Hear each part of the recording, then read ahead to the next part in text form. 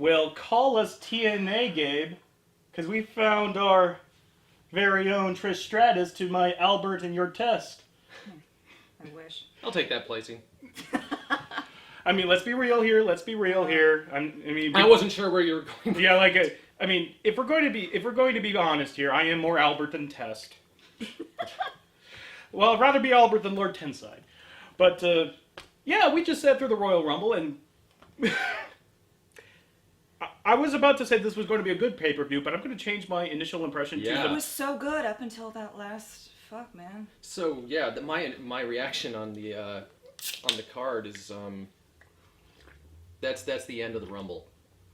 That doesn't speak for the entire pay-per-view. Yeah, that's why I'm calling it the most frustrating pay-per-view in a long while. Yeah, that final 10, man. Yeah. I was not expecting any of that. It feels like making it from number 1 in the Royal Rumble to to the last.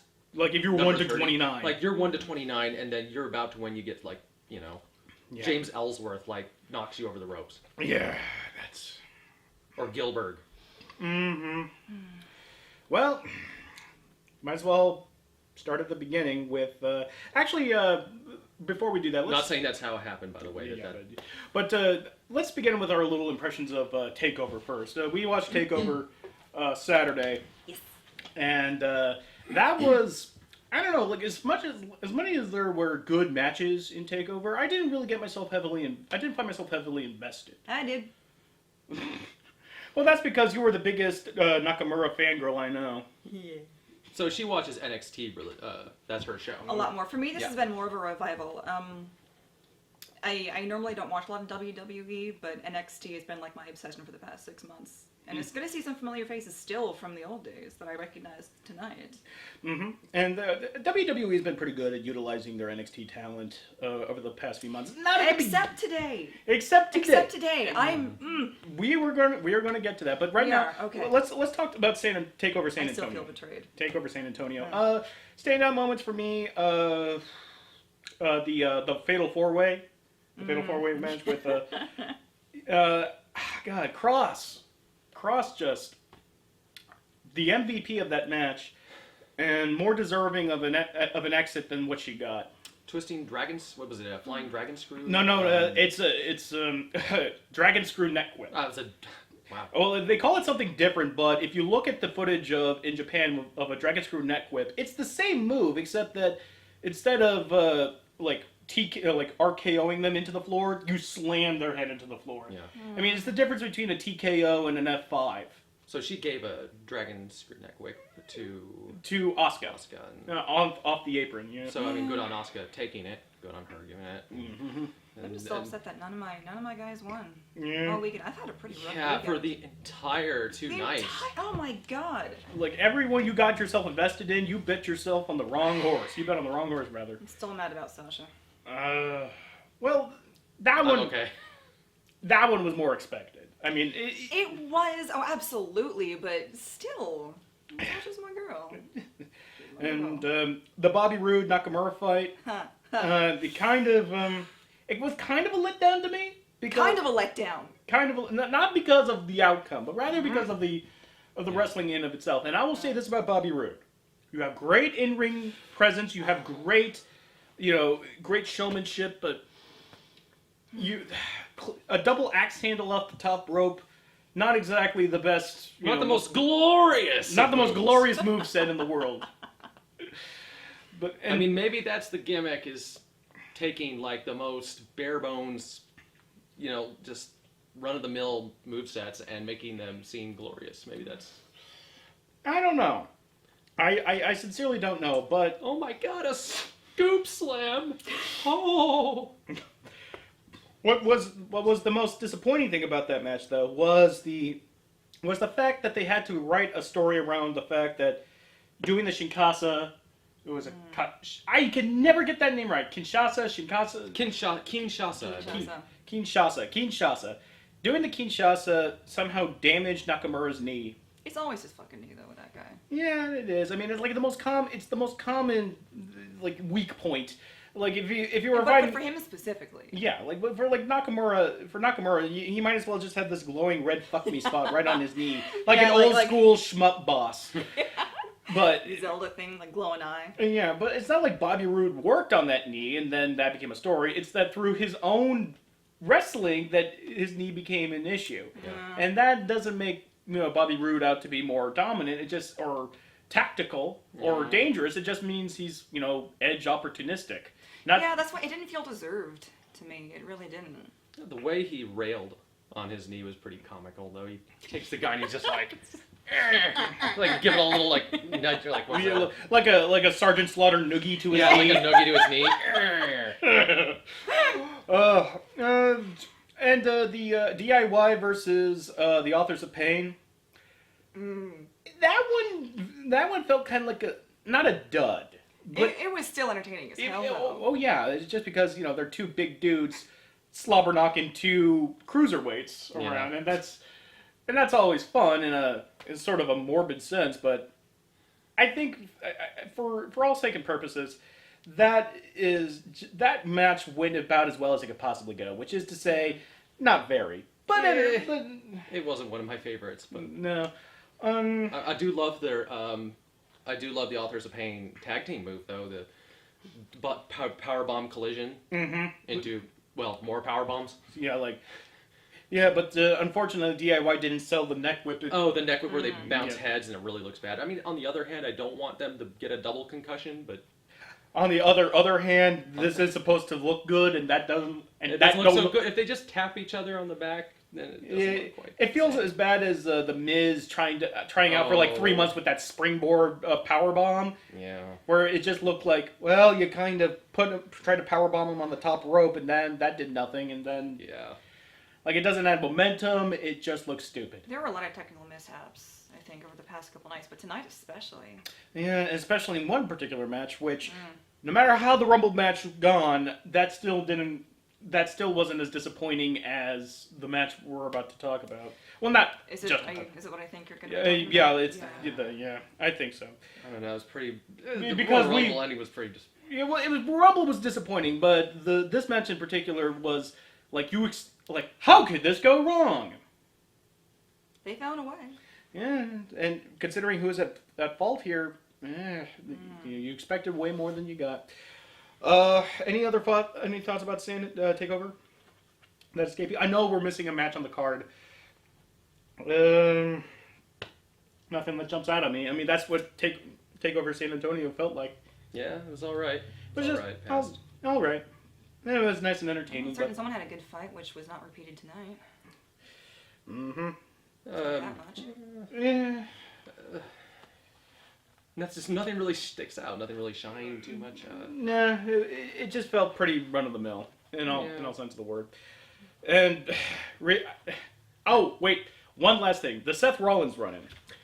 That was sort of my clue as to know that there is never Seth Rollins wasn't going to be in the Rumble at all. No run-ins, nothing, no promos, nothing. Yeah. That was his thing to shine. That was his moment. I know Triple H is here, and Triple H was there, and he just called his new J&J security and just And that was really anticlimactic, I thought. Mm-hmm. But Triple H, there's no way that Triple H is going to do it on NXT. Get into it with him. No way. But basically the only thing I have to say is Nikki Cross, great stuff. Nikki Cross, you are dog-eared for success. She also went through a table. Oh yes. Mm-hmm. By the other MVPs of that match. Like I said, best match on the card, easily. The Asuka, Asuka. I've really been enjoying. I'm surprised she straight up got knocked out. Yeah. That was really surprising to me. Yeah, in the Australian. A little upsetting. Yeah, in the Australian Femme Fatale with Peyton Royce and Billie Kay. Mm-hmm. In neither order. Mm-hmm. Billie Kay and Peyton Royce, very good. I'm hoping Emma joins the tag team, makes it a stable. That would be an interesting. Maybe that'd be too much Aussie for everyone to take. Just too much. It will be Aussie-some.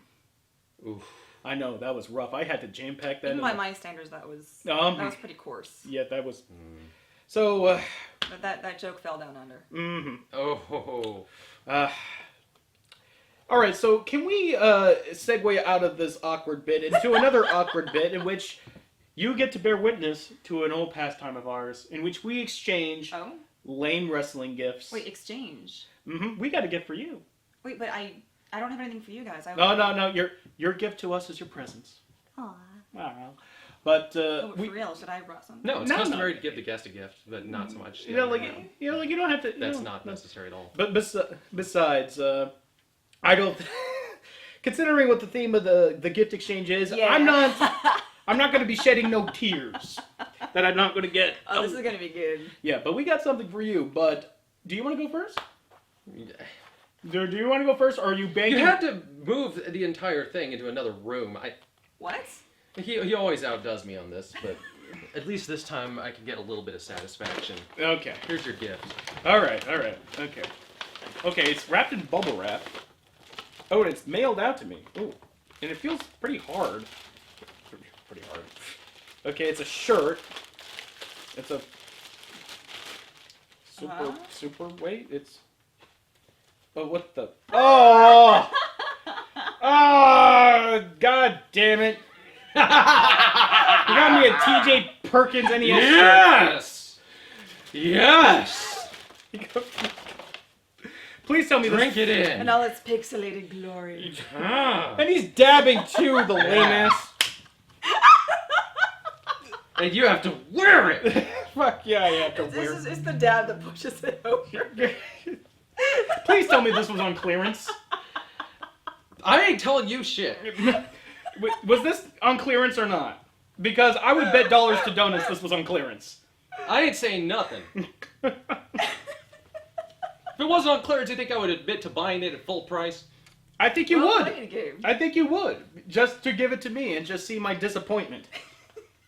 I bought it at full price. Oh! Yeah, I did. I did. It was worth Just it. to twist the knife It a was little worth more. I couldn't get People that legit shirt on broke it up clearance. over this. There were cheaper shirts, but that one, it had to be that one. Oh god. There was no compromise. Oh man, this is.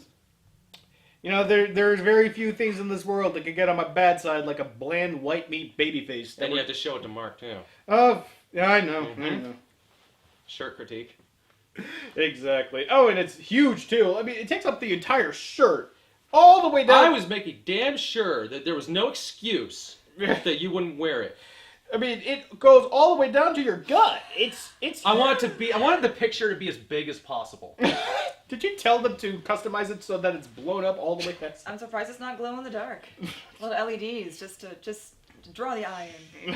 I don't know. So I hope it is. That'd be cool. But before I give him his gift, I'm going to give you your gift. Oh yeah? Mm-hmm. But I have to go fetch it. And I believe this is from both of us. This one. Mm-hmm. Oh really? So this is your first time on the show. Yes, sir. As long as he's getting the same one, I think it is. Mm-hmm. So I'm giving you a very, very special friend. We know the wrestlers Oh, you dear. like, so we We picked it know out the- custom. Oh dear. No, you probably don't know him. Mr. Kennedy! God damn it. You love Mr. Kennedy, right? Anyone in their right mind loves Mr. Kennedy. No, don't you go smiling for too long, mister. She just ate Mr. Kennedy. I was trying to bite his head off, but it's just stuck on there. Surprisingly well made. God damn it! Fuck me. Seriously though, you probably don't want to put that in your mouth. That's also a very good point, especially with that face.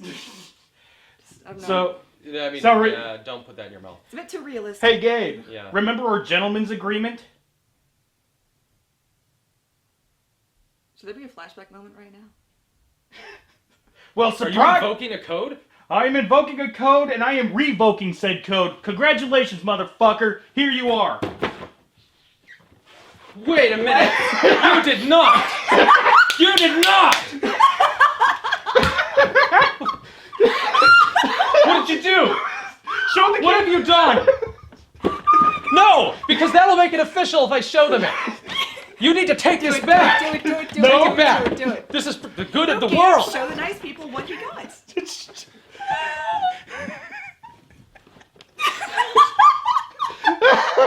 Tell me this is just a box and you're...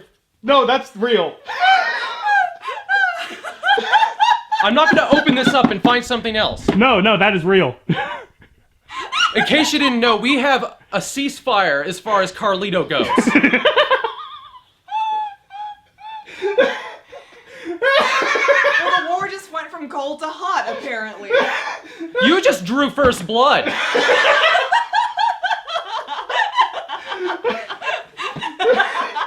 Oh, you son of a bitch!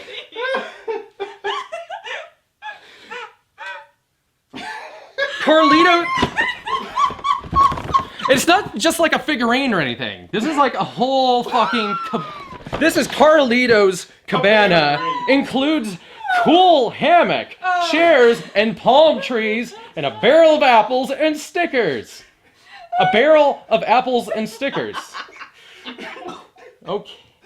Exclusive, and of course, exclusive Carlito action figure included.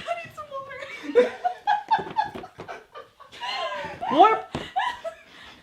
I told you that you were going too hot on your gifts that you had to break out the Carlito bomb. Smile, you're on asshole camera. Is anyone gonna get that reference, dude? I know my audience is full of 14-year-olds, but He's gonna get it for this. He's gonna get it. Oh my god. This affects everyone. Betrayal! Betrayal! Did you have anything to do with this? No! You know about this shit. Yeah, there's pictures of all the things that, you know, you could have gotten, and... Oh my god. It's not like you weren't doing well enough before.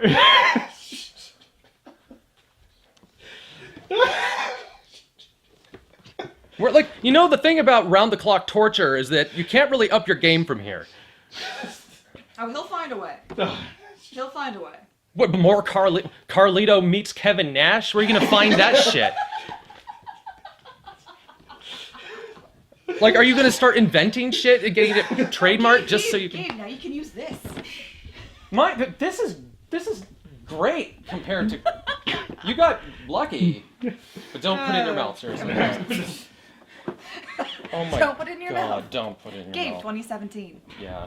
don't you put it in your mouth. It's a good rule for everything. Oh my god.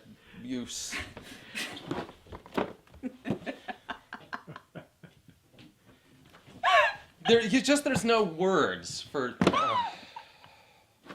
There it is. There it is, and it's... So that went well. Yep. Oh, Look at that fucking look on his face. Look at that shit. it's waiting for it to It's focus. probably gonna focus. Yeah, there it is. There's the focus. It doesn't want to focus. But it's focused. Oh my god. He doesn't even have an apple in his hand, does he? No. No, he doesn't. All right, you did it. You drew first blood. This is gonna be so good. And on that note, we'll be right back. And we're back. The calm was gone, has returned, and I thought this night couldn't go any worse, but you found a way, didn't you? All right. You're gonna get it. So bad. But it was funny, huh? You're like 2016 was over. This is now 2017. Yeah, off to a great start. Yeah. Right. So kickoff show. All right. Let's. Did you? Continue. One. That's the first time you assaulted me on Read camera. your I assaulted you on camera, Yeah. as opposed to how many times he beats the shit out of you off camera. Yeah. I'm not allowed to say it. Read your... Blink twice if you need help. All right. The pre-show matches as of late have gotten better announcing. Better announcing lately, despite Booker T's insistence on being the biggest chucklehead in the industry. But Oh, come on, he's Booker T. It was good to see him again, for me at least. Yeah. But if you're an everyday, fan like us, his shtick gets old. But I'm surprised. But he's evolved into Busta Rhymes' younger brother. How can you not love that? I'm probably sure Booker is older than Busta. Probably. Yeah. Still looks damn good though. Yeah. I mean, black don't crack. He's got a nice, what is it? Wow. Dread bun going on. The dread bun. Yeah. I want to beat Coolio's little weird like rabbit ear thing he's got going on. Yeah. But the intro of the kickoff show rather was actually kind of a surprise to see Shawn Michaels just kind of puttering around and trying to focus on the camera and the soda machine to his left, but. I mean, he was fairly with it, even though he did have a pretty good crack about Renee Young trying to pick his brain and saying, "Well, he ain't got much left." he can always go back to that joke, and it always works. Yeah, it's not like it's not true, right? Resurrection of Gavin Stone. Aren't you glad that was playing nowhere near us? We didn't get to see it because it wasn't finally learning. Just don't if you think it's gonna be. If it's going to upset you, just don't watch it. Just don't watch it. It's the ones that you're not expecting to upset you. That's the one that upsets you the most. Yeah. Last little thing that I wanted to notice here with Renee Young trying to make an offhand remark about Dean Ambrose, saying like if there's one thing that she knows about him is that he hates social media. To which I come back with, the one thing you know about the man you're dating. You sure that there isn't anything else you know about this man? Careful, you don't want to get slapped. Oh man, like Renee Young, that the slap heard round the world. Yeah. But we enter the fray with actually probably the best kickoff match I have ever seen. The six woman tag team match between Naomi, Nikki Bella, and Becky Lynch versus Natalya, Mickie James, and Alexa Bliss. That was amazing. Wow. It started off with probably one of the best spots of the night with the Hexaplex. Yes. First time ever that we've ever seen. They should have kept it going. Go Decaplex. Come on. So one person loaded up. One girl got another in a suplex. Another one joined in. It was I don't even recall who was the first to get I don't even remember. that gridlock. No, once you get once you get that many women in one place, it's either going to be the mother of all clusterfucks or the mother of all. It's just. Yeah, I have thought that there was going to be more coming down the ramp, and there's just going to keep getting larger. I mean, I guess you could. I want to call it a hexaplex because one hexplex, and since there were 6 women, but technically there was only 3 suplexes performed, because you can't perform a suplex on yourself. That's true. Yes. Despite many. Would that be a pentaplex? No, that would be a tripleplex. Yeah, it'd be a tripleplex. It'll be a tripleplex. Hexplex sounds better, but hexaplex sounds better, but it's technically a tripleplex. Although, if we could get a 12-woman tag team match going, that way we could have the hexaplex. 24 people. No. Let's stop at 24. Let's make it 30. It's like our own Rumble. Come on. You get a hexplex. Your own Royal Rumble. Oh man. But well, I get 12 people do hexplex. Get 30 people do it. But besides that ridiculous and wonderful spot, Mickie James, the ageless wonder. I know she's only 37, but you know as well as I do that wrestlers don't exactly have a long shelf life. So to see her not only be as efficient as she is in the ring, but also be able to perform like that. It looks like she hyperextended her leg to get her leg that high up. That was insane. To really deeply impressive. It is. She is just as good as she was, 10 or 12 years ago when, WrestleMania 22. We have a lot more to see, so she could even have upped her game since. Yeah. Also, there's a lot more to do that you can do in the women's division now. So she has all of this room to improve upon her old game. Exactly, and not be cornered off by WWE thinking like, it's just women's wrestling. What do we really care? And she made a good point about being a part of the people who led to the revolution. Oh yeah. She is definitely a pioneer in that regard, and the fact that she still is kicking about and kicking ass, as it were, is just it does this Mark's heart good. just because the game was different then doesn't mean that they didn't pave the way to what it is now. So, yeah. But I do want to mention one little comment on JBL's commentary. One? Are you sure? Just one? Well, actually, JBL was ridiculously on point in one match further down the card. But this particular moment where he asks very plainly, "Who can you stab in the back if not your best friend?" It's like, Well, that's a very heel thing to say, I guess. I guess like. It's like JBL. It's like his world is crumbling. Like, what happened? What happened? I can't backstab my friends. Watch the world coming to you. Oh man. Oh, Jibbles. Oh Jibbles. Oh Jables. But the best part of this match, and indeed the best part of any match she's in, is Naomi. Naomi came out like a house on fire. And she just lit up the entire ring. I've been saying it, haven't I? You I've have been saying it. And considering this is your first time seeing a Naomi in action, I've already got a girl crush on her. don't hurt that she's got that day-glow hair color, right? Oh, I freaking love the hair. Hi. Yeah.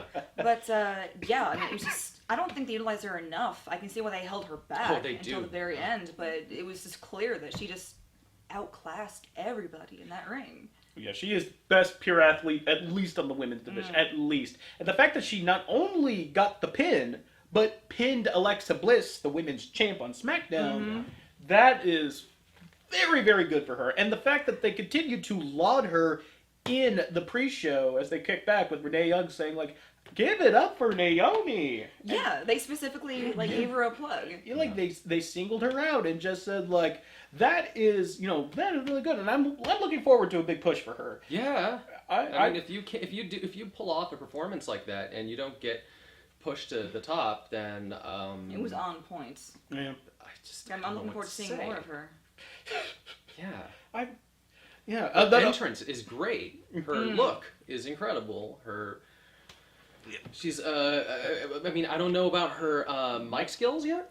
I don't think I've seen much of her on I didn't see her to make a judgment either way on that.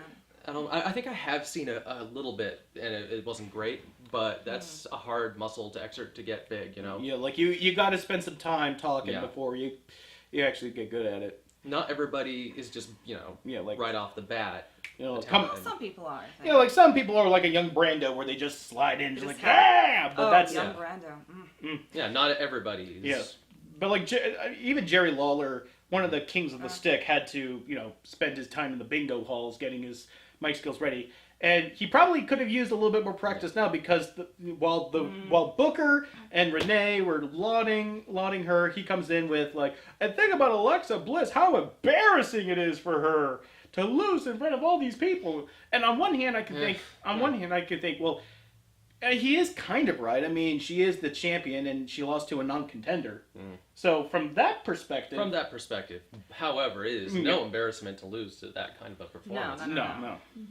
So no, she should be proud of that one for sure. But yeah, that was so the entire pay-per-view started off on a pretty high note. Then before this next match, I have to make special mention of the Jericho interview. Oh God. Where Jericho once again stealing the show on the mic just keeps selling the terror that he's going to feel in the top, in the shark cage.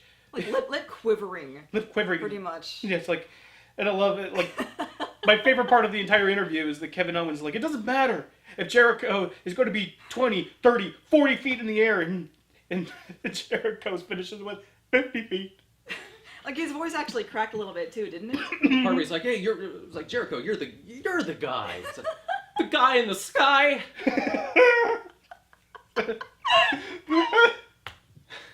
I love it.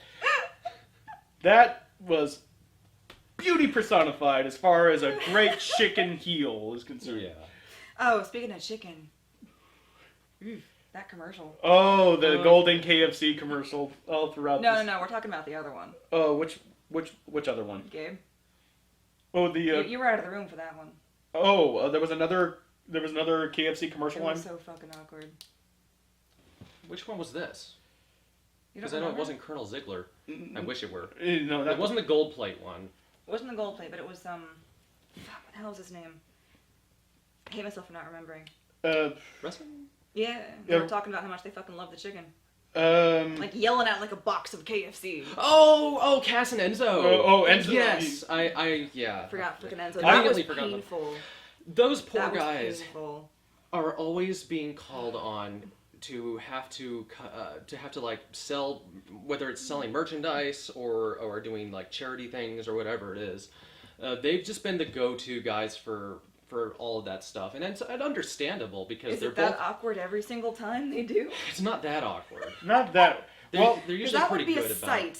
yeah, like them doing it for Jolly Ranchers were pretty awkward. So I can imagine what it was And like. then there was the cancer awareness one. You told me about where you told me Enzo about that. is supposed to pull off the. I'm sorry I'm bringing this up again, Enzo. I know it's in the past, but we're on the subject. But he pulls the blanket off the title belts, and they just kind of like fall over, and he has to reposition it. They've been. Let's just say that they've been through some hard promotions. It's And now they're selling chicken. well, And now they're just at the point where they don't really seem to have it. They're not really putting their all into it. well, yeah. When you're a hype man, you know used to hyping up your big guy. Now you're hyping up Big Chicken. Now you just kind of lose a bit of the Yeah. luster. Is that like Big Pharma, Big Chicken now? Mm-hmm. Big chicken. Well, The chicken corporate machine. Mm-hmm. But speaking of big, this was kind of a big disappointment with Cesaro and Sheamus in the club for the Raw Tag Team Championship. Now, the fact that this was on the pre-show should have clued me in on what we can expect, but especially how good the match was that they had for the championship belts in the first place when they beat the New Day. That was a fantastic match in a very, very mediocre pay-per-view. That was the crown jewel. But here it was just, yeah. I mean, like Cesaro comes out strong with the deadlift suplex, and he's doing his rolling suplex into a coup de grace with Sheamus. But at the end of the day, when you just win with what was it like? It was such a fast-paced match. It was hard to keep track of who was nailing who. But it was Sheamus getting nailed from out of the rope, and then It was Magic Killer. It was a Magic Killer, but then another saving grace, and then Cesaro tries to get up, but then he gets rolled up with a schoolboy, and then Yeah, that's right. It was the tights. he got rolled up Yeah. with a schoolboy, and that was it. Yeah. So like no finisher, no landing the finisher, no epic maneuver to hit. It's just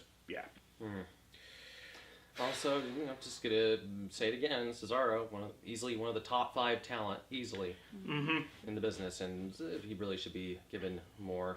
Mike's skills or not, he's so talented. If he could just get a Paul Heyman-like guy to... I think for a while Paul Heyman was his guy, but then they just gave up on him too soon, I think.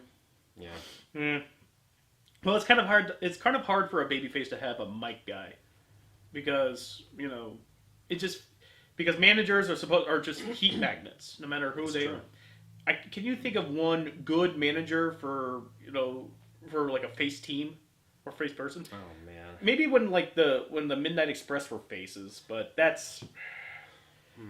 But you would argue that Jim Cornette was greater when he was a heel. So even when they're faces, they're just heels. Like even when they're faces, they are better as heels. So.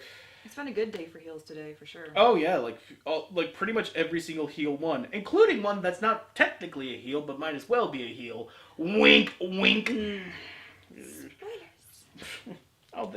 If anyone's watching this before they watch the Royal Rumble, True. let's watch somebody recap the Royal Rumble. That takes about as much time as watching the actual Royal Rumble. Man, we You delude think it's like ourselves, legit? don't we? You think it's like you think it's locked in now for that though?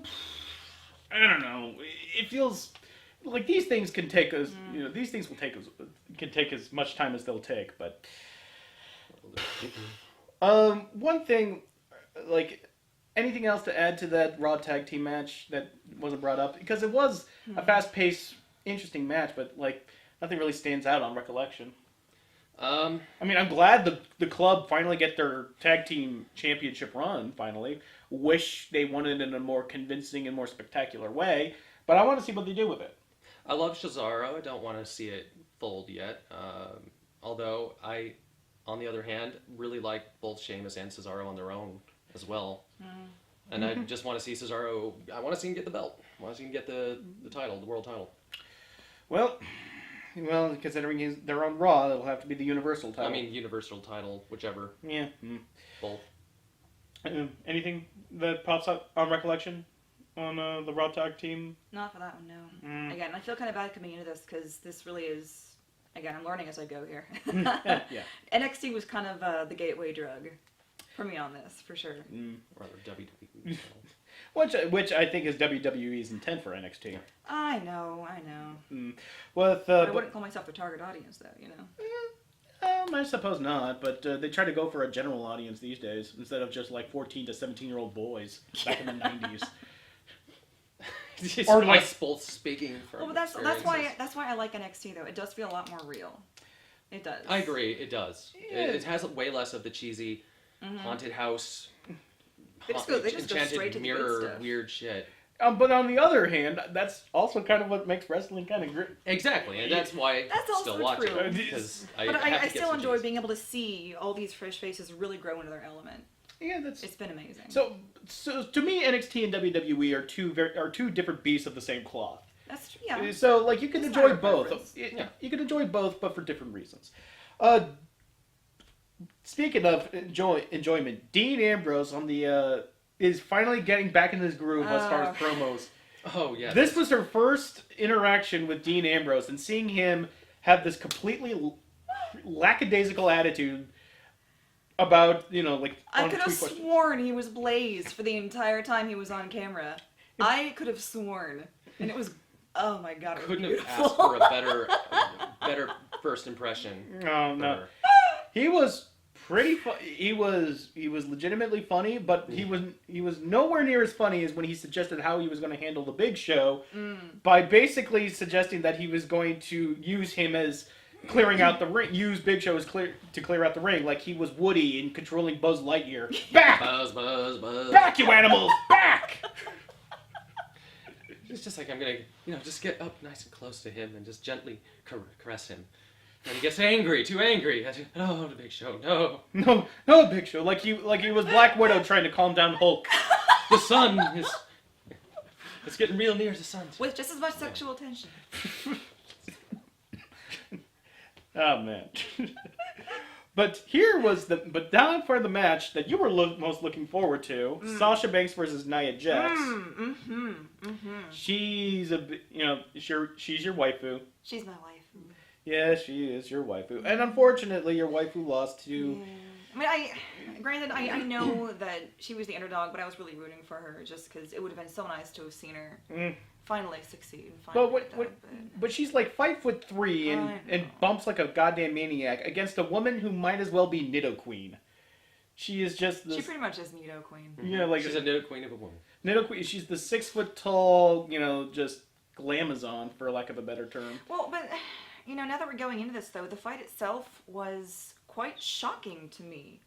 In how short it was, or well, no, in the technicality of it, Sasha just was not having a good night at all. It was surprising because I fell in love with her, and then to see her finally move up, but if that fight was any indication, it just seems like she's really, really struggling, and that's painful to see. I don't think that was on her. A lot of it had to do with Nia. She's not exactly the most agile person to catch up with. No, that's true, but at the same time.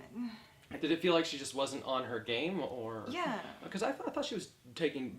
I mean, because it was mostly just. It was almost a squash match. She was just selling. Good job selling. I mean, maybe that you're just used to seeing her do more dishing it out. Not just that. I mean, like missed marks and things, and she'd recover every single time she'd stumble, but. I might have missed some of those then. Well, maybe she was missing because she was expecting Nia to be faster than what she was, but she wasn't. Why would you expect her to be faster? Well, it takes some time to cooperate with somebody in a ring, and maybe she was expecting Nia to hit her spots before she did, and or rather, after she did, and then it was just like, she couldn't adjust to the timing of Nia. Because when you're working with a person who is slower than you have to adjust your speed to that. You can't be faster than the person you're wrestling with, especially if they're going to go over. So, but there were some interesting spots that I remember, and this is the first time I've ever seen somebody do the torture to somebody's leg before. You know, come to think about it, I think I've seen this move before. Really? I just don't remember where. Yeah, But I recognize the move. It might have just been in a game or something, but but I've seen it, and I haven't seen it for a long time. Speaking of games, that that cell phone derpy promo. cell phone. Oh my gosh, it's glorious. yeah. Crazy. There's this app game that's really. Everyone want to see The Rock fall into the Uncanny Valley? Now you can. It's hard. It's not even like Uncanny Valley. It's just like It's so Uncanny Valley. it's though. crazy. This And like the rubber mouth movements. The puppet mouth. and the eyes are just lunatic. I've seen the Hall of Presidents with more realistic animations. Ouch. Yeah. But I do think that this match was better than I thought it was going to be, because I don't. Really? Yeah, because I thought Nia Jax is still coming into her own. She could be a great talent, but she's still green around the edges. And I keep flashing back to all the miscues and mistakes, like her going for the pin, but then quickly getting up and then running around to repin the person again because she has to look into the camera. She forgot which side of the ring the camera was on. So, Did she do it again? Yeah. This time? no, she didn't do it this Okay, time. good. But I Good. remember like 2 or 3 weeks ago that. I'm a huge fan of I'm calling her Nido Need a Queen. queen. Might as well. Well, I did name my Nido Queen after her. I did name her Nia Jax. So, but yeah, she's got like this shoulder pad thing going on, the same thing. Yeah. But I'm a huge fan of Nia Jax, so I was happy with tonight's match. Well, she wasn't so much. I thought it was really good. Pretty good. I mean, it's Nia Jax going in there and just steamrolling someone. I didn't even expect it to go that fast. Yeah, that's true. For me, I was looking forward to that one match so much because it's Nia and Sasha. But yeah, it did end really quickly and really anticlimactically, I thought. Yeah. Really anticlimactically. That's usually how pre-show matches go. I know, but well, I mean, yes and no. Because we saw some damn good pre-show matches. Yeah, like the first one was, exemplary of a pre-show match, and because that had a definite and it had a build-up, it had a definite conclusion, and there was an emotional payoff. This was more like a prolonged, like he said, a prolonged squash match, which credit for Sasha for selling appropriately when she did, like that spot where Nia grabs her leg and then just knee breaks her. Oh, that was brutal. It was absolutely brutal. But outside of those spots and her trying to waiting for Nia to catch up and Sasha unable to cover for that, that's where the match kind of fell apart for me. Yeah. And the match kind of ended on a Samoan drop, I guess. A pop-up Samoan drop. Yeah. Which wasn't a bad Samoan drop, but I've never exactly You're I like never really mark out for Samoan drops. You're the anti-mark when it comes to Samoan drops. Yeah, and ironically, I was kind of a fan of Ryback. Yeah. I was about to say the shell shock. You're an anti-mark for the not the shell shock, but for the Samoan drop. And, But when it comes to Muppet Mouth himself, I was getting right back into wrestling. He was like the first thing I saw. It was kind of like the Ryback. I would have loved if the Ryback was still in WWE just to see his mobile app game version of himself. Oh my God, that guy's mouth. He already had Muppet Mouth before, but to see the over-exaggerated caricature of that guy, Maybe there was a calculated move on their part when they were developing the app. Newborn duckling. I was a newborn duckling getting back into wrestling. He was the first thing I saw, and I was like, "Daddy." I like ducklings. Seriously though, I still appreciate Ryback because he was so hilariously over the top with the gimmick. Like, feed me I love the more. idea of him going in there and just like, they're feeding him. He's getting bigger. We gotta stop him. It was, it wasn't like for anything. He was what he was. It's just this brute. This brute? Yeah. Okay. One last thing. No, not really. I wrote a note here before the actual pay-per-view is that did Renee Young develop a lisp, or is the mic way too close up to her cheek? I think it was just the mic. It was really just up against her skin. I think it was just picking up all the pops and hisses. Yeah, like, it was so distracting. Like I didn't notice it until you mentioned it. like for a legitimate company as WWE, sometimes their sound is so awful. It kind of boggles the mind. It kind of boggles the mind. Like why have the microphone just like right against the cheek, to the point where it looks like one of those cheek piercings. That's so, Never seen one done like that. I gotta say. piercing. Yeah, like the dimple pierce. Yeah. Really, really distracting. Difficulty there, and Had a bit of a technical difficulty because apparently the outlet behind the camera decided to go kerpooey, but luckily it didn't stop us at a certain point. yeah, and probably allowed us to edit past my admitting I like Ryback. Oh, I just said it again. Never mind. Besides, you've been on a record before us liking Ryback. No way you're gonna. Are you backing out now? Yeah, I know. It's one of those things where I gotta stay with it. I love Ryback. Gonna own it. Then I'm proud of you. All right. Now to the pay-per-view proper. I'm having a difficult time with deciding whether or not this is the most disappointing match on the card. You could argue that the Royal Rumble is an event, not really a match, because It's not a match. It's an event. yeah, Everything else. they call it a match, but it doesn't. Dressing for the Rumble. Yeah, like on one hand, yeah. On the other hand, yeah. Well, you know, I was personally invested. Mm. I was both relieved and disappointed by the way that it went. And we'll That's get into why. true. Things could have gone a little worse. Or a Oh, lot worse, actually. Fucking a lot. For- I mean, great for us though. I think if it had happened that way. Mm-hmm. But regardless, Bayley versus Charlotte for the Raw Women's Championship. Now, here I think I made up my mind. This is the most disappointing thing on the card, and I'll explain. That got kind of painful. Yeah, like, and I can tell you why. Because this yeah. match should have been great, but it wasn't. This match should have been really good, but it wasn't. And I can tell you why. Bayley just can't get over herself. She just can't seem to, steel herself and not repeat the same mistakes that she's been doing ever since she's been called up. Like, if it's not botching an embarrassing botch on Raw, then it's... She had a lot of those. Yeah, like, and then it's her clumsily diving out of the ropes when she's normally so agile. It's her... and I wrote this all down. It's her sloppily scrambling over the turnbuckle so that way she could get the proper angle to do the flying cross body block. Or having to shimmy back towards the turnbuckle to do finish a sunset flip. Or Yeah, but that was on Raw. That didn't happen in the match. So. No, well, Yeah. I thought you were talking about since her Oh, coming yeah, into since WWE. yeah, but that chalk that up on the long list of things to, misjudging an elbow drop and busting Charlotte right in the lips. That was the one thing that I thought was inexcusable. To fuck that up that badly, and you can tell Charlotte was legit pissed, and she had every right to be. Yeah. Absolutely. I believe I believe when Charlotte did that stepping thing. Yeah. Oh yeah, you could feel the rage go into her foot. It's like Yeah, you nearly knocked my teeth out. There's the She move damn where well almost a person, that typical show of disrespect where you Well, once you're at walk that over. level, you would expect a lot more. Mm-hmm. A lot more.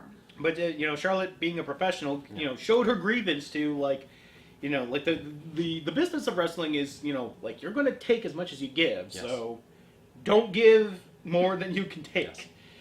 So, of course, Charlotte being a professional, shows her displeasure subtly by really digging in her heel while she walked over her. Yeah. But in all honesty, she had more of a right to do something worse, considering elbow right to the fucking. Yeah, excuse she me, could have, mouth. she could have had to go through, dental for Dental that. She surgery. could've- Yeah. Yeah, she could have lost some teeth for that one. Yeah. I wasn't. It looked for a moment there like she might have, but it looks like it was just a cut lip. Mm. Yeah, she just busted her mouth open, but that was. That to me, Mm-hmm.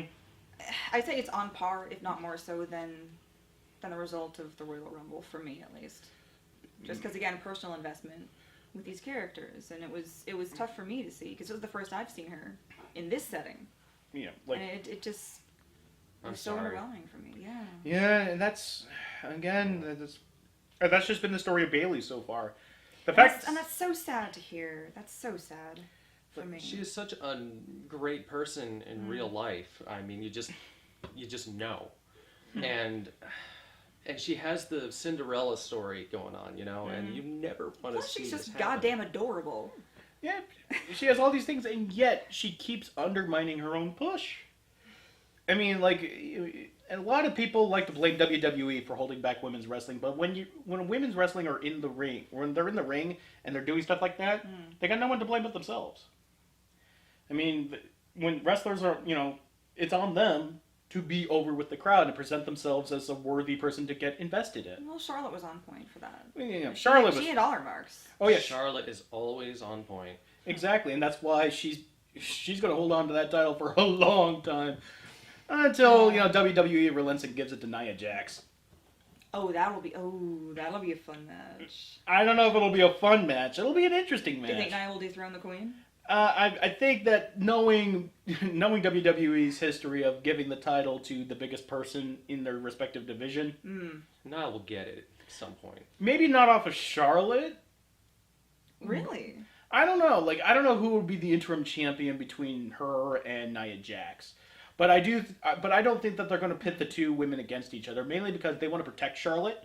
They don't want her. They don't want the queen of the women's division going up against what is supposed to be an unstoppable force. Because then all of a sudden, well, she calls herself the queen, but Nia Jax has at least 3 inches on her and more than 50 pounds on her. Oh yeah. I think it's likely that Mickey James. She pretty much is Angel Dust from Deadpool. Pretty much. A little bigger, but yeah. No, way taller than Angel Dust. Angel Dust I mean, was like as far as sheer, just like Brute force. brute force, Yeah. yes, but Yeah. whereas like the Angel Dust was like a fire hydrant, Nia Jax was a shithouse. You know, just long but broad as a barn. But outside of the, albeit too many missed spots and really, really obvious struggling to really struggling to hit her spots. It's outside of that, it was a good match, but like every time there was a misstep, it was so obvious, and every time it happened, it could have been the highlight of the evening for sure. it probably should have been. I mean, like there was a great head scissors spot, and the character work with the with Charlotte just bullying. That was amazing. Bullying Bailey. But at the exact same time, you're supposed to be on Bailey's side when she does that, but I was on Charlotte's side. It's like, yeah, you bully her. Maybe then she'll stop, screwing I up. was the only one rooting for Bailey. No, I was rooting for Bailey as well. Yeah? I mean, she's the underdog in this, yeah. I knew it was unlikely, but at the same time, it's just kind of like, Yeah, I was doing the Bailey chants, hey, want some Bailey? we're the big and- leagues now. Don't let me down, but she let me down. And so that's why I'm on Charlotte's side. Well, it's like, Well, it's clear who's the more talented one, and all I can say is that I really, really hope that Bailey can, pull herself together. Yeah, I hope she rallies. I really, really do. Yeah. 'Cause I want to see her succeed. I think everybody wants to. Well, I don't know about you, because you're a horrible person. but- No, I do want her to succeed, but god damn it, do I have to suffer through more of her goddamn mic work where she's just like, guys, I'm just so happy to be here. I mean, if I hate TJ, She is goddamn adorable, and you know it. She is adorable. She's a gem. she's adorable, but if I hate TJ Perkins for doing the exact same shit, I gotta hate Bailey It's for true. doing the exact I same have shit. to be honest. Like, at what point have you been in the business long enough that You're an equal opportunity pessimist. you no longer need to say how happy you are or thankful you are that you're here, and how unlikely it is that you're here? It's like at a certain point you've earned your place. You've done well Tonight, enough. I would say it is unlikely that she's here. I mean, and that's painful for me to say. Yeah. It's very painful to say. I mean, I will point to another match on the card on how to effectively get a babyface over, some might say a much superior heel wrestler. And I think that will go as one of maybe not the match of the night. It's the debatable match of the night. But I'll point to I'll make some points there. Anything left in the Bailey? The Bailey I is think you've said Charlotte. it all. I really hope it. I really am still rooting for her, even after all this. Mhm. Same. Yeah. I'm not holding my breath. Next is the spot fest of the night, which I wasn't expecting. Actually, I should have expected once I heard the no DQ stipulation. But the spot fest of the night, which made it probably the most fun match of the night, just on a pure It was spectacle level. Yes. Enormously entertaining. Yes, Roman Reigns versus Kevin Owens in a no DQ shark cage match for the Universal Championship. Now, how good was this match? They buried the knuckle duster to the head, super punched by Kevin Owens to Roman Reigns. I'm still not pissed. I was pissed at the time, but how the match went, I'm not pissed. They buried the Stone Cold Stunner. Still not pissed. Still not pissed. He even did like the kick setup. Yep. So Like- it was the stone. It wasn't just a stunner. It was a Stone Cold Stunner, pretty much. Now, here's an interesting question. Now, if any other wrestler besides Kevin Owens did the Stone Cold Stunner, How would you take it? how would you as a fan, Let me put it this way: like if it was Roman Ellsworth, Reigns, if if it was Ellsworth, that might be funny. so awful, yet it's great. That would be so awful. It'd be funny, but Yeah. like if it was Roman Reigns, come on. Oh God, if Roman Reigns, I think somebody would actually kill him. Yeah. People got real close to killing him tonight. Wink, wink. But thank God, cooler heads prevailed. Or like if T.J. Perkins. Sort of, but not really. Hey, All again, things considered. I know, right? Would you kill T.J. Perkins if he did the stunner and Oh. he totally tried to sell it as a different kind of move? If he tried to do the Dolph Ziggler, if he Dolph Zigglered it and tried to pass it off as his own, oh buddy, Be in trouble. oh child, oh child. I mean, like, No, I think he's fallen far enough tonight. eh, I'd say so. Give the guy a break. you give me a goddamn T.J. Perkins shirt. You see how many goddamn Carlitos I give you in return. I really thought I might have had you tonight. But you had to go and drop the A-bomb. You do not throw rocks at a man with a machine gun. Well, now you're using Carlito's like tactical ammunition.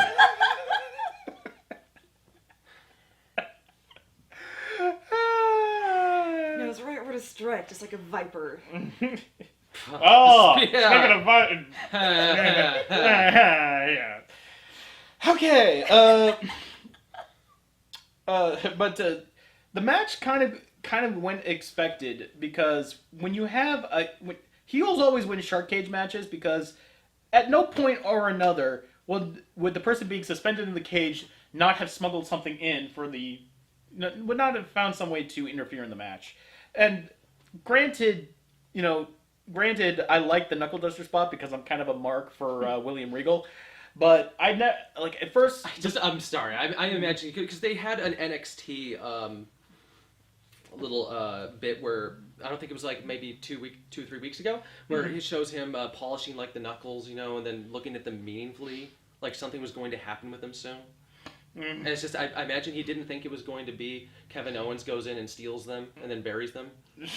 No, Roman buries them. That's not. Or sorry, wait, that was no. Okay, Kevin Owens uses them, but they get buried because he kicks out. So yeah, technically yes. Yeah. But outside of that, though, I think we were in for a nice treat when the first shot of Roman Reigns with a sign in the background says, "When it rains, it bores." I haven't seen that one. We haven't seen that. We haven't seen one That's- that was so good. I had to mark it down here. Yes. And shenanigans right out of the gate because Jericho is not behaving and getting inside the shark cage. Yeah. No! He was like a misbehaving dog, and then Roman just finally just locked his ass in the cage. And there's Jericho just trying to reach for the your ground. crates. And just trying to reach into the ground. He's like, no! I missed the ground! I missed So it's the... gonna be this like Roman Reigns is gonna accidentally get locked in the cage. And he was gonna have to wrestle in the cage. Mm-hmm. Oh, God. You would have actually had to wrestle the cage. He'd have to wrestle the. He's like trying to scoot across the ring. Get me at him! If Suplex the cage and pin it. left up to Vince McMahon, he probably would have booked that match. They did do a match where they had it's two. true. They had a match. I don't remember how it was way back where they put two guys in a cage and they had to wrestle each other inside this close quarter. But that was not WWE. That was WC. Was that WCW or ECW? No, it was not ECW, and it might have been AWA or one of the territories. That's right. But it did happen. It did happen. And boy, did they never. No one ever did that again. No. It's like, hey, do you like to see two people locked in a phone booth try to wrestle each other? Boy, howdy do I. How long did that last? Too long is the answer. Yeah. Too long. Anyway. Maybe if they chained it up and put it like in a tank full of sharks or something. Like the Shark Tank, but instead the sharks are surrounding a tank. You see, but they always get these things wrong somehow. They always just can't quite get it, just like in the kennel match. So the sharks turn out to be like these completely like docile, like blue sharks, like nurse shark. Like nurse sharks are just completely. It's Blue sharks are cute. Yeah. Big Or old they just eyes. put like big fins on fish and I don't know. No, Somehow, they fucked it up somehow. Sea bass with lasers on their heads. No, Yeah, they just put more. at all. They just put dogs with fins on them and just say like, look at these vicious sharks. These land sharks. I want goddamn sharks with fins on their back. Okay, we can do this. Okay, but we called this a spot fest, and boy, was it! Kevin Owens, and like in no preparation for nothing, just sets up a pyramid of chairs. Mm-hmm. Sets up. It was Chekhov's pyramid. Like check out, like it's definitely like at one point I thought like Kevin Owens, and me and Gabe thought he was going to set up the pyramid. I was so fucking sure he was going to do that because that's what Kevin Owens does. Kevin Owens sets up these pyramid of chairs, and we thought like he's just going to kick it down to just look at the audience, saying like. You thought I was going to do that, right, assholes? So something he did before was he set up a huge spot with a ladder in a ladder match where he put a ladder like up against the ring, leading up to a guy that he was gonna run up the ladder and do this amazing drop kick. He runs up to the ladder, stops, and then he just goes over and kicks the guy. And then does nothing with it. Come on, you can't do that. Yeah. But Kevin Owens can, and he does. No, not that he can, just that he does anyway. But he's the only guy who really has the audacity to do that, and he sells it. At least in this case, you got a little bit of karmic retribution there. That's true. At the very least. At the least. So, as the match is going on, you're thinking, that pyramid's going to happen sometime. That pyramid's going to happen sometime. And to be fair, it was intense enough that I legit forgot that damn thing was there. Yeah, exactly. For a while. And, you got Spot Fest galore with Kevin Owens. Just like Kalisto. Back and forth and back and forth. Just like Kalisto forgot that the chairs were already set up for him in that match. Yeah, exactly. Like Kevin Owens frog splashing Roman Reigns through a table. That was good. Oh yeah, brass knuckles to the head that they buried. The goddamn Samoan drop through the chair. I'm sorry, but I was mentioning something from another pay-per-view. Oh yeah, like TLC. Yeah. But that was still funny. Yeah, of course. Samoan drop through a set-up chair. The Stone Cold Stunners spot. Still kicked out. And finally, Kevin Owens goes through the pyramid of tables. We're thinking Roman has got this in the bag, but our Lord and Savior, Braun Strowman, comes out of nowhere, power bombs Roman through a table. So we admit it, he is our Lord and Savior. He is our Lord and Savior in this particular instance. But no, he doesn't power bomb them through the table. He power bombs them on the table, and it doesn't break. And it doesn't break. Which is even worse. You hear the crack, and you're just, he's gonna feel that in the morning. Oh. Then tosses his ass in and then plants him through the. It's like I'm gonna break a table. Isn't that when he split the bridge of his nose open? Might have been. I would. Yeah. Sometime in that fight, he probably got like that gash on his nose. But then he basically wins the matches. He wins the match for Kevin Owens, and Kevin Owens retains. Yeah, I thought that was kind of cheap, to be honest. I mean, it's cheap and it doesn't exactly make Kevin Owens look strong. However, considering the fact that Roman has been booked nuclear blast site strong, the fact that he doesn't get the win. Case in point tonight. Oh yeah. Yeah. Ooh. Yeah. Case in point, like the only time I've ever seen him lose clean was against Finn Balor, and we all know, he lost clean as a whistle to Finn Balor. I wish I'd seen that one now. He lost on Raw too. But that was like during the time when he got But that was during the time when he might have gotten punishment, keeps getting punishment for his wellness violation. So that might have just been like, all right, we gotta nick you somehow. We're gonna take the belt off you, and we're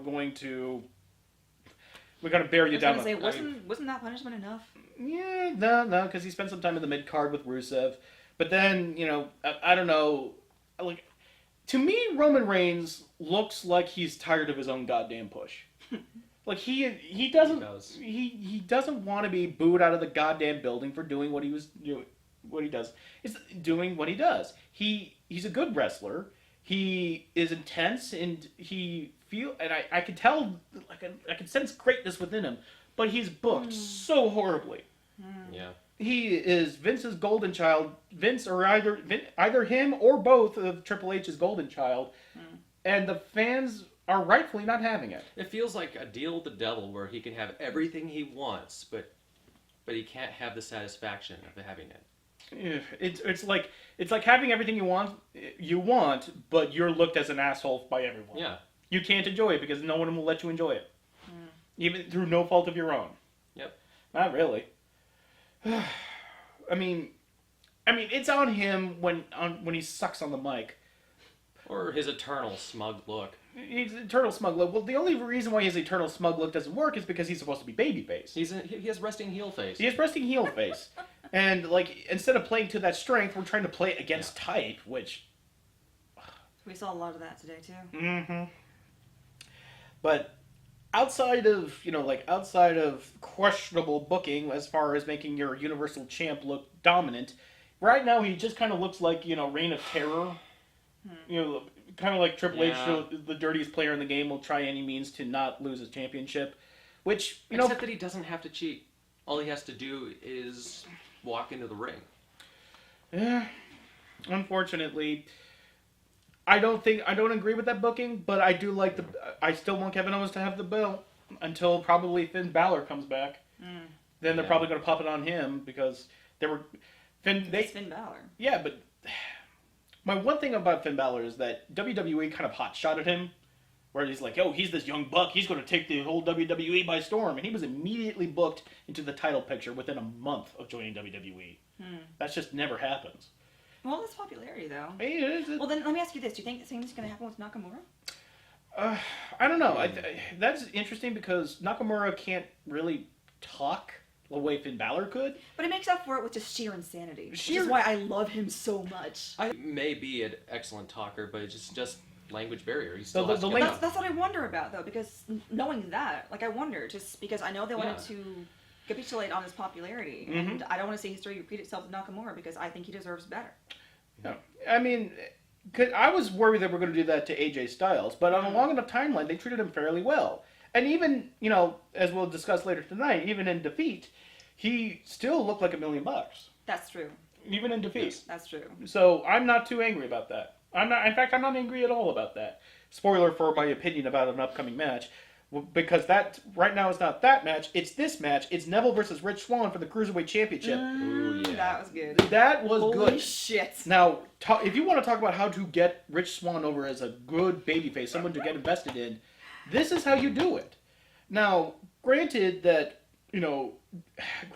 Bayley doesn't have the same history as Rich Swann, but they knew how to approach the angle better. Like, Rich Swann... Think so? Yeah, because Rich Swann, whether or not how close they were while they were wrestling in Japan, whether or not how true that is, doesn't matter, because you can get invested in the fact that Rich Swann was taken under the wing of Neville, and now they're bitter enemies because... And it showed. Holy shit. I cannot wait to see more of these two, because technically this was the fight that made it for me. Yeah. That was fucking amazing. These guys were like Cirque du Soleil level flips and acrobatics and just pinpoint precision every single time. It was just... amazing. It's almost Shakespeare. It's more that Shakespearean Sami Zayn versus Kevin and they Owens. both sold it. They both sold it. Yeah, that kind of physical acting and the faces, the expressions. Neville the whole time has got... I don't know how... he was... I've never seen him as a heel before. I don't know if he ever has been. but he is insane as a heel. He is phenomenal. His gaze could just melt through concrete. It was perfect. Yeah, somehow the way he positions himself with his brow, that his eyes look like they're gleaming or something. You know. What was it that I said? The impression that he gave me was like if Khal Drogo had fornicated with the trapezoid. and you just that same just. Yeah, that is. He looks like a fucking gargoyle when he gets on the turnbuckle. Yeah, I'm surprised because he looks like he'd be in a far different weight class than he is. Yeah, but he's like a lean, mean 200 He's pounds. so built to be a cruiserweight. Yeah. Yeah, like lean, mean 200 pounds. I find that so hard to believe because he looks like he's 240, 250 easily. Yeah. Just not an ounce of body fat on that. How does all that nuts. do the Red Arrow? By becoming heel. Because he's just that damn good. That's how you don't do the Red Arrow. Well, that's how you don't do the Red Arrow. You by become becoming heel. Unfortunately for us. Unfortunately for us, But I'll take it. Oh yeah, because heel Neville is better than face Neville, and if that means having to give up the Red Arrow, then that means having to give up the Red Arrow. But everything about this match hit so hard. Even the sucker punches felt like they just you flinch from the. There was and a it was good just sucker my punch. god, every 5 seconds back and forth, like it was just like a ballet. It was this well choreographed. Yeah, like just, beautiful super kicks. This was like Every super kick hit the mark. everything, like right on the button. Especially this one spot where Neville is up on the top rope, is about to jump and do. I'm guessing to do a axe handle or something. But then I doubt it was an axe handle. I don't know what. It's not Bobby Roode. Yeah, he's not Bobby Roode, but like, all right, if not an axe handle, then he just did it to get hit by Rich Swan's super kick that right underneath the chin. yeah, and his height is better than some of the female wrestlers that I've seen. Just Oh, I know what you're talking about, though. yeah. Yeah, every time somebody seems to get hit with a super kick off the turnbuckle, they're always doing this when they jump off. Oh, like, okay, now you can attack me. I think I've said this before, but it's kind of like the Minister Ghost maneuver, where he's like, you gotta run at the guy like this, to surprise him, to shock him. And it always looks like that when they do that. When they just jump off the turnbuckle, you know they're getting ready for a spot. Because there's no move where you just jump at the guy like this, like a freaking flying monkey. Like you're trying to bear blast him from outer space. Yeah. It's like, what move are you trying to do? Somebody needs to animate that. I want to see that move get finished. What move is that? Like it's a vertical cross body block. Well, then why is it a cross body block if it's vertical? Yeah. It's a body block. It's a vertical body block. You mean you just kind of lay on top of him like a little kid trying to do a frog splash? Yeah! Or just land right from and then just go, Like a slug. But even more beautiful than that was this beautiful spot of this leaping, standing Hurricane Rana into a springboard tumbleweed. Shit, that was amazing. Oh, wow. Yes. How did he... I still don't even understand the physics of that. Yeah. And here's the beauty of this. The beauty of this was that was Rich Swann. Yeah, that was Rich Swann. Yeah. But the beauty of that was that the beauty of this match, though, the hidden beauty, rather, was that the crowd was so quiet at the beginning. That was really surprising. They were so cold for this match, but through sheer effort, the crowd really got on each other side. They got it. I see why they put it when they did, because I'll be goddamned with the next one. They just weren't in it, and that was the perfect preliminary match for that. Mm-hmm. It seems really tragic that the crowd had to get work to get involved in that match, because that was... They earned it, though. They earned it.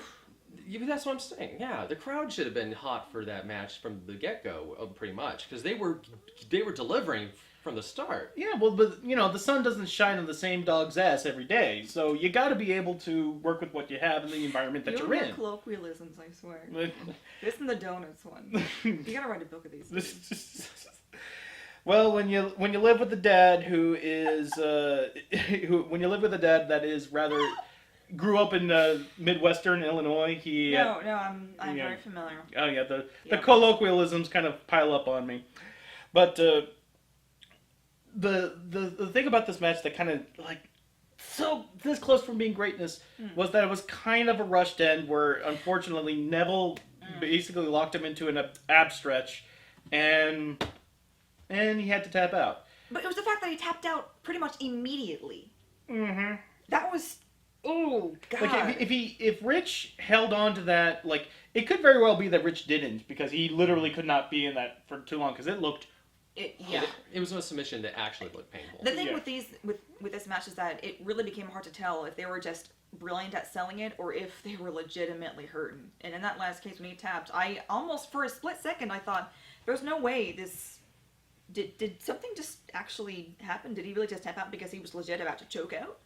But the more I thought about it, the more angry I felt because it was just, it's like watching a Michael Bay movie without an explosion at the end. It just thud. Like if Rich Swann just held out for maybe 10, 15 more seconds, then it would have felt earned. Yeah, it was but a fast tap. It was a fast tap, and granted, it looked painful as hell. But but like if he held out for 10 or 15 more seconds, but all throughout that, everything from the crisp offense to like the great facial expressions, just like Rich Swann. I'm looking forward to seeing more of both of these gentlemen. Rich Swann has great expressions. Yeah, like he knows how to sell like fury, utter amazement that like he kicked out at 2. I thought that was 3. He looked legitimately crushed. Yeah. And then like nobody does the dead fish sell like he does. Like he like corpsing and just.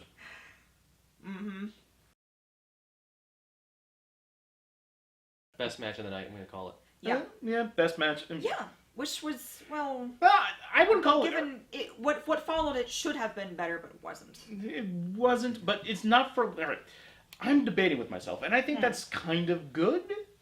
Yeah, it's kind of good. The next match, and this was the one that I was kind of dreading the most because because. Where do you go from that last one? Yeah, exactly, because it's John Cena versus AJ Styles for the WWE Championship. I didn't see that one. Yeah, like the one they had at SummerSlam was, best match of the year. And it was easily the best match of 2016. Everyone's going to bring up, Nakamura versus Samoa Joe. No, not Samoa Joe. Sami Zayn. Sami Zayn. They're going to bring up Sami Zayn. That was an damn excellent good. one. Oh my god. It was a great match, but there wasn't that intangibility. There wasn't that excuse me. There wasn't that surprise. Like nobody expected AJ to win clean as a whistle, and he did. And it was like this emotional, like yes. Yes, and here's the same match. It's beat for beat, almost the exact same match as the one in SummerSlam. And it managed to recapture that, like, who's going to win. And that's what you should be feeling in a championship match. The fact that Cena wins is kind of undercuts the meaning of the impact of the match, but considering what he had to do and considering how everything has been... It did feel earned to me. Yeah. Absolutely. Cena was scary in that match. Like he was just, like, hulking out. Like, there was... Shia LaBeoufing with just... Yeah. It was pretty grand. It was pretty grand. Whereas, like, here's the difference between the Cruiserweight match and the WWE Championship match is that this was exciting and thrilling and just like oh. This was like what's gonna happen? It's like you were on your edge of your seat. It's like Cena, it could have gone either way. Please don't kill AJ Styles, Cena. I mean, he looked like he was going to fucking murder him. Some of those clothesline spots were just brutal. A few of those looked like he was going to kill him. Yeah, like there was a huge slobber knocking spots. Yeah. Like they showed the slow mo. You thought a tooth got knocked out. You just saw this. It looked. And then you see at first just, it looked like oh two. my god! But yeah, it was too long. It was just this globular spit. He got him square in the jaw. Yeah, like he knocked the spit out of him, and that kind of brutality and physicality. Oh god. No, but.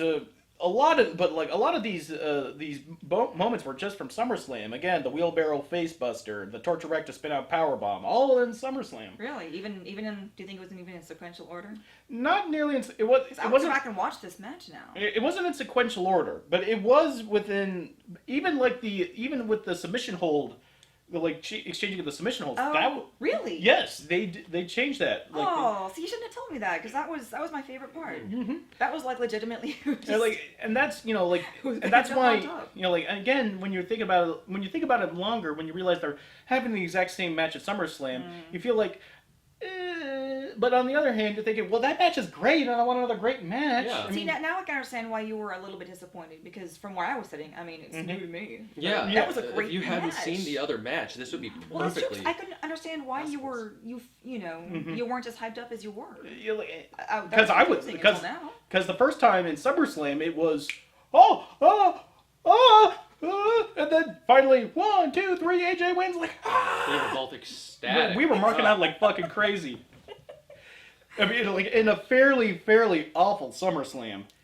Yeah, we were both getting like AJ Styles tattoos that same night, you know. It's like, I got your kids' birthdays on my abdomen, AJ. But no. Well, let's see it. Come on. No, actually no. Why Wait must a minute, you call didn't me out? get yours? Oh no. Nah, I just wanted to get. But they were sure it was supposed to on fit camera. together. Like we were supposed to Voltron it or No, something? it's like it's the two hands with the P1s. That would be a cool tattoo, though. Yeah. Except, well, It's like, why didn't we tattooing just- hands rarely. Why don't we ever just get it works. on our hands though? Our tattoos Actually, contain you the don't same get one phoenix on your palm of your tail. hand, that would hurt like. Actually, Like that. between all of our fingers, we could get John Cena's dick. Dick. John Cena's dick. That takes 6 hands to properly hold. Corey Graves stay down, but just like really stay down. But I mean, from the sub-hold city spot, submission hold Stay city. down. Yeah. And See, the that one is just the something one I spot that know. wasn't the one spot that that wasn't in SummerSlam was the deadlift the pump handle slam. That one was like, oh shit, you're right. And then Otunga, like a piece of shit, comes in. Like, well, it wasn't a deadlift. And then JBL quite correctly says, no, that was a deadlift. Yeah. It's like- Thank you, Jables. For once, thank you so much for getting that right. Yeah, and JBL all throughout this match just said, was pretty much on He point. was really on point. Keep it up. Thank you. But Are you Jable? no, I said thank you to Okay. yeah, thank you to It's like Jables. Yeah, but we also found out that the Super AA is what we call the Super AA, the elevated AA is actually called the Avalanche AA. Sounds way better, doesn't it? Yeah, so that way you can call it the AAA. Just call it the AAA. Lol. Just call it the AAA, the Avalanche Attitude Adjustment. Isn't that better than the Avalanche AA? Or an Well, fewer syllables. I'll give you that. AAA, just call it AAA. Attitude Avalanche sounds pretty cool too. A cubed. Mm-hmm. But then, it went into the exact same spot where AJ won, but that's when John Cena basically collected him and then did the double AA spot where he, slammed him around, roll over him, deadlifted him up again from the squatting position, and then did it again and got the clean 1, 2, 3. Yeah. And I'm thinking, after all of that, after everything you guys went through, I can forgive that. Especially He earned his applause. he earned his applause, and the audience was on point for that. Like, audience didn't boo that; Yeah. they were cheering for that. And Another heel victory, but he earned that love. Absolutely. Well, I mean, no, heel victory. heel victory. Still, I still consider it a heel victory, just because it seemed to be the theme of the night. Oh yeah, especially. But with Elimination Chamber 2 weeks away, and seeing John Cena have to defend it in the Elimination Chamber, that's probably going to put it back on AJ at the Elimination Chamber. You think so? I think so because they tied Ric Flair's thing, and Vince McMahon, aside from having a Roman Reigns thing, also likes AJ. Well, like I said, they don't do subtleties. So yeah, they don't do. To me, it would seem too obvious. Yeah, but then set it up that he goes after. Well, no, that wouldn't work because of the outcome of the match, the outcome of the Royal Rumble match. Yeah. That doesn't quite work. Well, But we finally get to talk about that because now we finally. Lord. Now the Royal Rumble event. Well, luckily I wrote down all the important things that happened in sequential order, and we'll just kind of go through them one by one. Fair enough. Big Cass goes in first, cuts a pretty good promo. And, again, retreading ground, but pretty good promo. And little Enzo won over your heart. Oh, so first impressions there. First impressions of Enzo, huh? Are you, I love him. You just... Even with that horrible KFC plug, I still love him. I want him to follow me around everywhere. He would make the most mundane things just exhilarating. Filing your taxes. No! Mom, let's hear it! 401k! That would just make life so incredible. Yeah. I want that. I want that. Goals in life. Followed by number 2, Jericho, pulling the Houdini for most of this match. Like in the middle, like by the 8th spot, That was a bit upsetting for me. It was like, come on, dude. he was like a ninja. Just Well, He was a ninja, the whitest ninja ever. I don't know where the heck he kept vanishing in, you're saying under the mat. I would not be surprised if he were. He just kept appearing and vanishing from nowhere. Nowhere. You know, if you'd seen the last Royal Rumble, you'd probably appreciate what he did this time. yeah. What happened last time? He just kind of He did the same thing, but he did it in the ring. He just kind of sat in the corner. To me, that almost would have been better just because of all the other contenders that at least had the wherewithal to stay and fight. It just seemed like a kind of a coward move to me. Yeah. And, you know, he's been in this game for so long, and it was amazing to see that he's still in it. Because He he was is- around back when I stopped watching years and years ago. He is pretty cowardly with the character he has now. Which is really, really surprising to me, for one. But, I mean, the cage kind of cemented that idea. The last time you saw Jericho was actually like in Like Y2J. 99, 2000. Yeah. Yeah, he was the Y2J. So person. going Yeah. from the Yeah, because I the stopped lion watching in at the end of high tights. school. Yeah. Yeah, so going from like the lion in tights to Yeah, to this, it was quite a shock for me. yeah, Yeah. that's understandable. Yeah. That's very So understandable. that's what I felt genuinely upset about, to the point where I was I actually was glad that he didn't win. Yeah. One thing he hasn't done. I don't think Jericho has ever won the Royal Rumble. It's like, be careful. He is the most. I thought he did once. I can't remember offhand. I thought he did once. Apparently, Jericho's. If I understand correctly, he is supposed to be the most over wrestler right now in the industry. Is that right? Oh yeah. I mean, That's what like between him and Matt Hardy.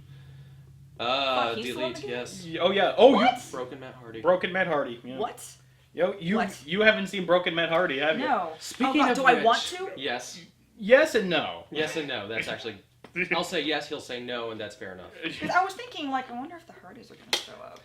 No. Speaking of which, I just realized how post-match I am sad that he did not show up in the Rumble. Any I of the was Hardys? halfway expecting it, given some of the other people that showed their face out of mostly nowhere. Matt. I was Just half Matt. expecting it. Jeff is long, sure, but like Broken Matt Hardy, that is the whole wellspring of the entire gimmick. Is it really that sad? It's not that it's sad. It's Because sad I to wonder if I'm me. going to get depressed if I see this. No, well, here's the thing. Like, if you can enjoy the campier side of WWE, you will love this because it's Oh, boy. exaggerated to the point of parody that it sometimes Yeah. becomes To me, sincere. I mean, we've been over that. There's a balance. That's why I like. I think so. Because it's got that nice balance. It's like if you put too much sauce on a pizza. So if you have I like, love my cheese, but you can't over cheese it. so if you have like amateur wrestling, NXT, then typical WWE Raw SmackDown. Then you have Like early 90s. way over there you have Broken Matt Hardy. Oh, what? That's how cheesy. Oh God. He talks in this weird accent where he's like, I will delete you. Yeah. Delete. Why Delete. though? And then he has this like... Brother Nero, That's what he calls Jeff. it is time for us to go back to the our birthplace. The death To of, finally the see death through of my this. childhood is combating with my sheer morbid curiosity to see this. The genesis of our union. It's actually... It's that bad. That was pretty good though. Considering you haven't even seen it yet. You were getting into it though. Yep. Well, I have to say, it's inspiring. It really is inspiring. So... Oh, good Thank you. God. It- Now I'm legitimately disappointed that he didn't show up. nice. At number 3, who did show up, She though. could enjoy Dean Ambrose stuff tonight. Oh, yeah. So I think you could enjoy Matt Hardy. If you could Well, that's because, oh my God, just the sheer number of just negative fucks that he gives.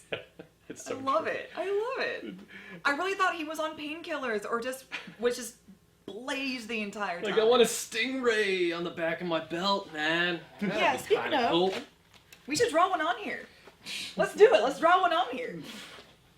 I need white marker for mine. Make it canon. Let's do it. But the number 3, Kalisto. I have to say, those cost way too little to waste marker on. Number 3 is Kalisto.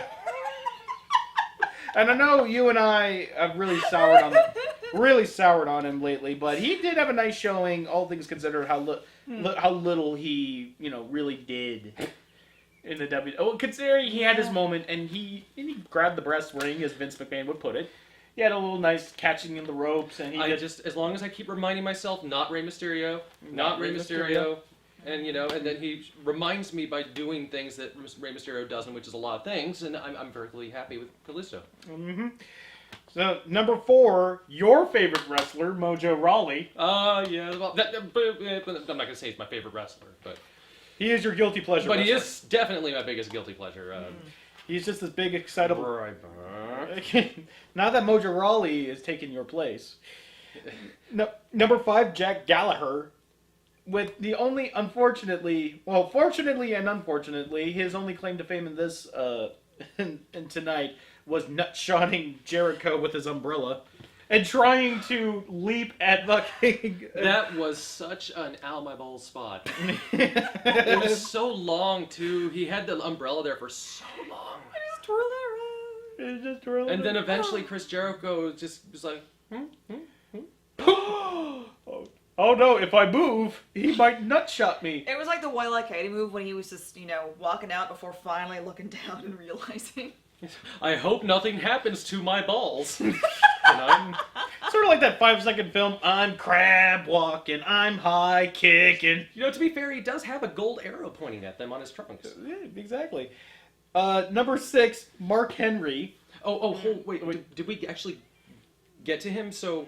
We have to mention the umbrella spot where he does. But that comes later. Okay. Like fucking Mary Poppins. So make sure we don't miss that. Yeah, we don't miss that because Mark Henry comes in and all of us had like that. Mark Henry. It was like Mark Henry, just like Mark Henry. Okay, comes in. There were a few of those moments. And comes in and he starts manhandling people. Jack Gallagher gets a burr up his butt and leaps off the top turnbuckle, trying to Mary Poppins himself. There we go. Trying to Mary Poppins himself into Mark Henry. I don't know what he was expecting was going to happen. Catches the little turd and just tosses his ass out of it. First elimination of the night when Mark Henry eliminates Jack Gallagher. He was literally just in there for the nut shot and nothing else. Nothing else. And then in comes Braun Strowman, MVP, I would think, of this entire... Yeah. And Braun just, he's on a fast track, and nowhere is it more clear than here when he eliminates Mojo Rawley, Big Cass, Kalisto, and Mark Henry, 4 within like a minute. Mm-hmm. Yeah.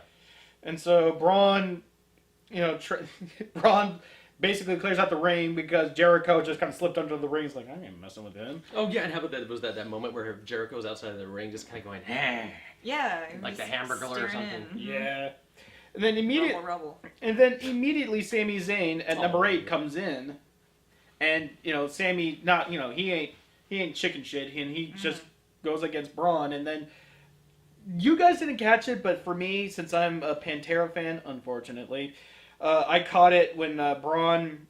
Oh no, sorry, when it was Corey Graves said Braun Strowman was like a primal concrete sledge of attack. Like that was such a clunky name drop of a Pantera song. Is that what it was though? It was a Pantera song because I wouldn't know. Really. Yeah, that was a Pantera song. The Pantera song is Primal Concrete Sledge. So he just really that night he really wanted to use that somewhere, and he finally got to kind of. Yeah, like just waiting for an end. He was just waiting for it. Why not just go for the easier slam dunk and just say it is just down the 2 of them with 5 minutes alone. Or he just comes to the ring with concrete and a sledge, and it's like, what are you doing with those here? I just thought maybe we could use them tonight in the hardcore match. Well, if they had hardcore match. There's no reason. Just no reason. I mean, if you really have to name drop those songs, I mean, there's better ones than Primal Concrete Sledge. Psycho Holiday. Come on. The way that some of these guys frenzied on each other. Braun Strowman is just a Psycho Holiday of a force tonight. What the fuck are you on, Corey? He is a real cowboy from hell. What isn't he on? Let's just be honest here. I don't know. Whatever it is, it works because he is the best announcer they got, in my opinion. It's like when the Undertaker comes in, he says, he is on opening the cemetery gates. be great to have an announcer who just speaks in like song titles. But Corey Graves, you are so good. I You're love so him. good. And he's so snazzy. Mhm. Yeah. Number 9 comes in Big Show. The Big Show. The Big Show. Yes. And looking pretty good for his age Gotta and his saves. Not looking bad. Uh, Not bad at all. and then all of a sudden, he chokeslams Braun. He actually did chokeslam Braun. And that was, woo! That was Good on- unexpected. Good on you, Big Show. And then Braun returns the favor, chokeslams Zayn, and good on you, Braun. Yeah. Then again, Braun eliminates the Big Show. I mean, not exactly a big, long, not exactly a long thing. It was like chokeslam, I guess, and then did he actually do a chokeslam on the Big Show? Yeah, he did. Okay, because I remember they both also traded power slams, and then the final one was out of the ring with the Big Show. Mm-hmm. And I don't think the Big Show did good tonight, but he didn't look like he was having fun, did he? No. No. It all felt very unceremonious. Very He much was so. eliminated. He might have had some fun if it were Shaq in the ring. Oh, he's got a lot of fun coming. Oh, yeah. That's his Yeah. retirement match at WrestleMania Oh, good God. with Shaq. And it's not going to be the first time they've both been in the ring. No. No, they were in the Invitational under the Giant Memorial Rumble. Yep. For some reason, because I don't know, Shaq was bored that weekend, and apparently he's going to be bored that weekend too. So he's just going to show up again. But number 10, which you should have seen coming, I should have seen coming, Speaking of unceremonious. and maybe not. I don't know. She's an NXT fan. She should have seen it To me, coming. well, yeah, but again, in hindsight, I thought it was too obvious, but apparently. Again, WWE, nothing's too obvious But for them. I did still win the gamble. You win the gamble. We had a gamble. We had a gamble whether or not we're going to guess surprise entrance, and we were going to guess which bracket. Which bracket. And I guessed Samoa Joe between 21 and 30. And I literally guessed that Ty Dillinger would come in and I even said it, 10 through 20. Mm-hmm. Not even fucking a clue. It couldn't have been any other number, though. You're right. I mean, I technically was right, but I didn't. How could I not see there was going to be 10? That's when I began to sweat, for obvious reasons. Because I was so dreading seeing Nakamura come down after his elimination last night. It was just like, are they really going to do this? Would they really do that? And it would have been awesome to see it, but at the same time, like, NXT just will not be the same without And you know what would have been funnier is if he came in at like 11 or 9. Well, but at the same time, once they brought in Dillinger, I thought they're not going to do that they're not going to have two, are they? But I didn't like the way that they handled him. No, me At neither. all. I have to agree. I'm At not all. a huge He Dillinger deserved- fan, Oh, but I love the guy, but he deserved a lot better. A lot better. he definitely did. And we'll definitely come up to that. Mm. But Ty Dillinger comes in at 10. And the one memorable thing he does is that he gets double-plexed with double-plexed by Braun with Sammy. Yeah. That's the most memorable thing that happened to him. Number 11 is Ellsworth. I knew he'd be in this.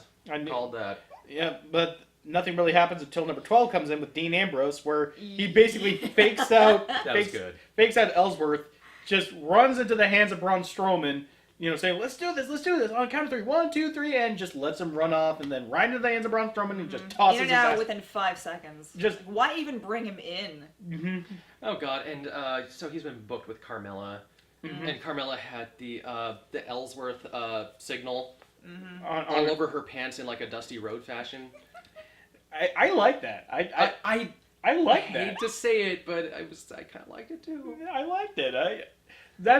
I love what you're doing with. I love what they're doing with her. I love the fact that she gets Ellsworth like this weird hot dog legged of a man. He literally looks like the hot dog from Sausage Party. Skinny little arms and legs, and he gets arguably one of the hotter women's wrestlers on SmackDown. She's gorgeous. Arguably. Yeah, arguably one of the. It's not one of my top favorites. No, but like, she's got she gets he gets the Staten Island honey, and just to really make him like get like the nuclear heat on him, and it's great. And the best part is he doesn't know he's heel. He doesn't know that he's heel. That's the best part about it. That's just sad. It's sad, but it's funny and great at the exact same time. I'm loving it. I proudly wear my James Ellsworth shirt. Actually, on my flight back from a Christmas break, while I was waiting for my luggage to come, I was wearing my James Ellsworth shirt. Are you sure this isn't one of those situations where you just like him because you have to because you got the shirt? No, I like him. I legitimately Just like checking. him. I'm just, So this guy's like the Mr. Satan of WWE. in a roundabout way. I was waiting for my luggage, then all of a sudden I hear someone to my right is like, nice shirt. And I look at him, and he's wearing the same shirt. Oh my god, really? That's awesome. Did you guys bump chests or Ellsworths? No, we were too far away, so we just kind of did one of these, like the air fist bump, or just go. But no, we treated the situation cooler than than Ellsworth would have. But like I said, Ellsworth is eliminated by getting his ass tossed out by Braun Strowman. He lands like a sack of potatoes on his hip. Yeah. Oh, yeah, that looks so bad. Yeah. That I know that was painful. Oh, that has There's no way it wasn't. Yeah. But number 13, if Braun Strowman is the MVP, then Baron Corbin at number 13 is the runner-up. Because while Baron enters the ring, Braun eliminates Ty Dillinger unceremoniously. Yeah, and that really pissed me off. But then really pissed me off. But then Baron eliminates Braun after a barrage of running punches from Dean and Sammy. Baron Corbin, so hot right now. He really is. He is dog-eared for success, and I am. I've liked him since I saw him in NXT. Even though he was only doing punch matches for a long time with like 2 moves. Yeah, but he continues to show off that pearl of a sidewalk slam he has. And he looks like the Kurgan. He's awesome. Mm-hmm. And no, the Kurgan needs to have more hair. Like he needs to have more hair to be the Kurgan after he goes into Cognito. Where he's like, when he's how do you like my new look? I like my. He shaves his head. He's got like little bits of like hair sticking out or whatever. Better to burn out than to fade away. Why are you looking at me? You never seen Highlander? No, I have. So he's like latter half of the movie Kurgan. But it doesn't sound like the Kurgan. If he sounded like Clancy Brown, then I think I would be more. No, unfortunately, he sounds like this. Yeah. God. Kalisto is a little pest. And we don't need little pests around here. No. If he delivered that like the fucking Kurgan would have, I think I would be more on board with the Baron Corbin train, but I'm not. Yeah. I am not.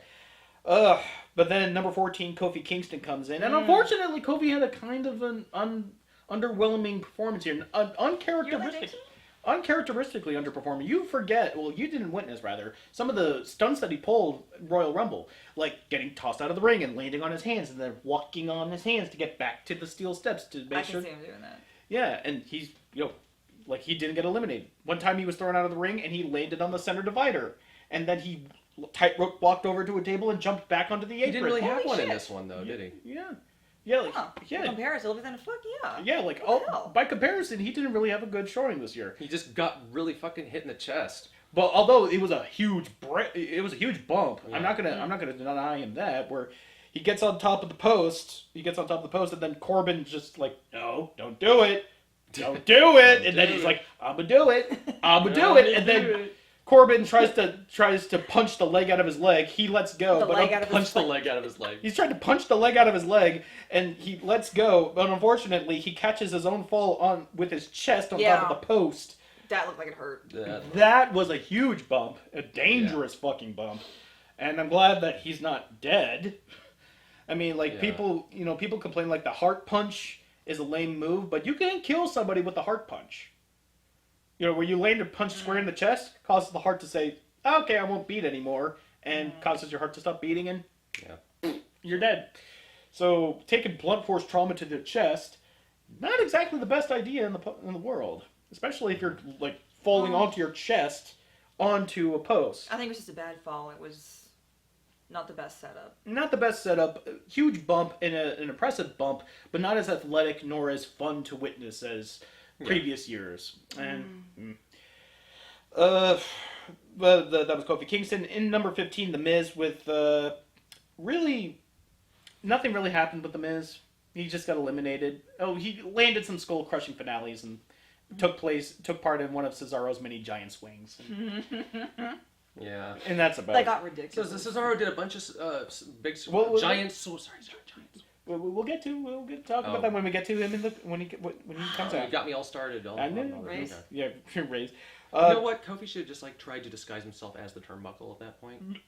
That would have been more Like try to like I'm trying to wrap my head how he would do that. He was behind the turnbuckle and he could have just kind of like, no one can see me. Jericho did it. So if all right, 16 was Sheamus. Again, not big of a showing. He did some bro kicks, but didn't really eliminate anyone. Considering it's Sheamus, it could have been a lot more. Oh yeah. Oh, I forgot about this part, and I'm glad it happened. But Big E makes his entrance. First thing he does, makes a beeline to the Miz, bends him over his knee, licks his palm, starts spanking his ass to New Day rocks. Oh god. I love that. That was. You know what? I think I fell in love a little bit with the unicorns. Mm-hmm. Oh yeah, another. This is her first time seeing New Day. Yeah. Yep. I'm a fan of New Day. She's sold on New Day. Yep. Yeah, Big E's a big jovial man. You love I him. love him. He really love is like him. the heart and soul of New Day. Yeah, he really is. I know. I still think, right? At least for now, Kofi's still kind of my favorite. Oh, but but your personal favorite's gonna be Kofi, huh? Oh, Kofi. What about Xavier Woods and his trombone? What's Trombo's name again? Oh, I think Francesca. you actually meant Xavier Xavier Woods, huh? Yeah, like The guy who plays Pokemon Go and plays nerd tunes on his Instant favorite. and has a Instant master's favorite. in psychology. Yeah, master's in Yeah. psychology. Yeah. Mm-hmm. It's just like all three. He's still my heart. You should hear him on the mic. He is really good. Mm-hmm. And he holds the mic like almost like a wine glass, you know, like. And he has and he has elf shoes. He's got little yeah. His wrestling boots have little twirls on them. Yeah. I have a new husbando. Hear that? No, you hear that, Shinsuke? You gotta start- You hear that, Shinsuke? Oh. You've been replaced. Maybe not replaced. Just maybe like co-husbando. Okay. You gotta have two pills, one for each side. Different flavors. Number 18, the most confusing entrant of all, Rusev, wearing a face mask to protect his nose for some reason. Like, maybe he broke his nose during a house show and... Kind of reminded me of that half of Nitro or whatever. What's his name when he actually got his nose broken and he had to get cosmetic surgery? Oh... I can't remember his name, but he was, I think the tag team was Nitro. Oh! Yeah, With John Morrison. Mercury. Mercury, yes. Joey Mercury. Yeah, at first glance, we thought he was doing like a Mankind homage or something, which didn't make a lot of sense. No, like it wasn't quite like a. Oh, god damn it, Stardust. What's his real name? Cody Rhodes. It wasn't like Cody Rhodes when he had that with a plastic face mask on for like a good long while.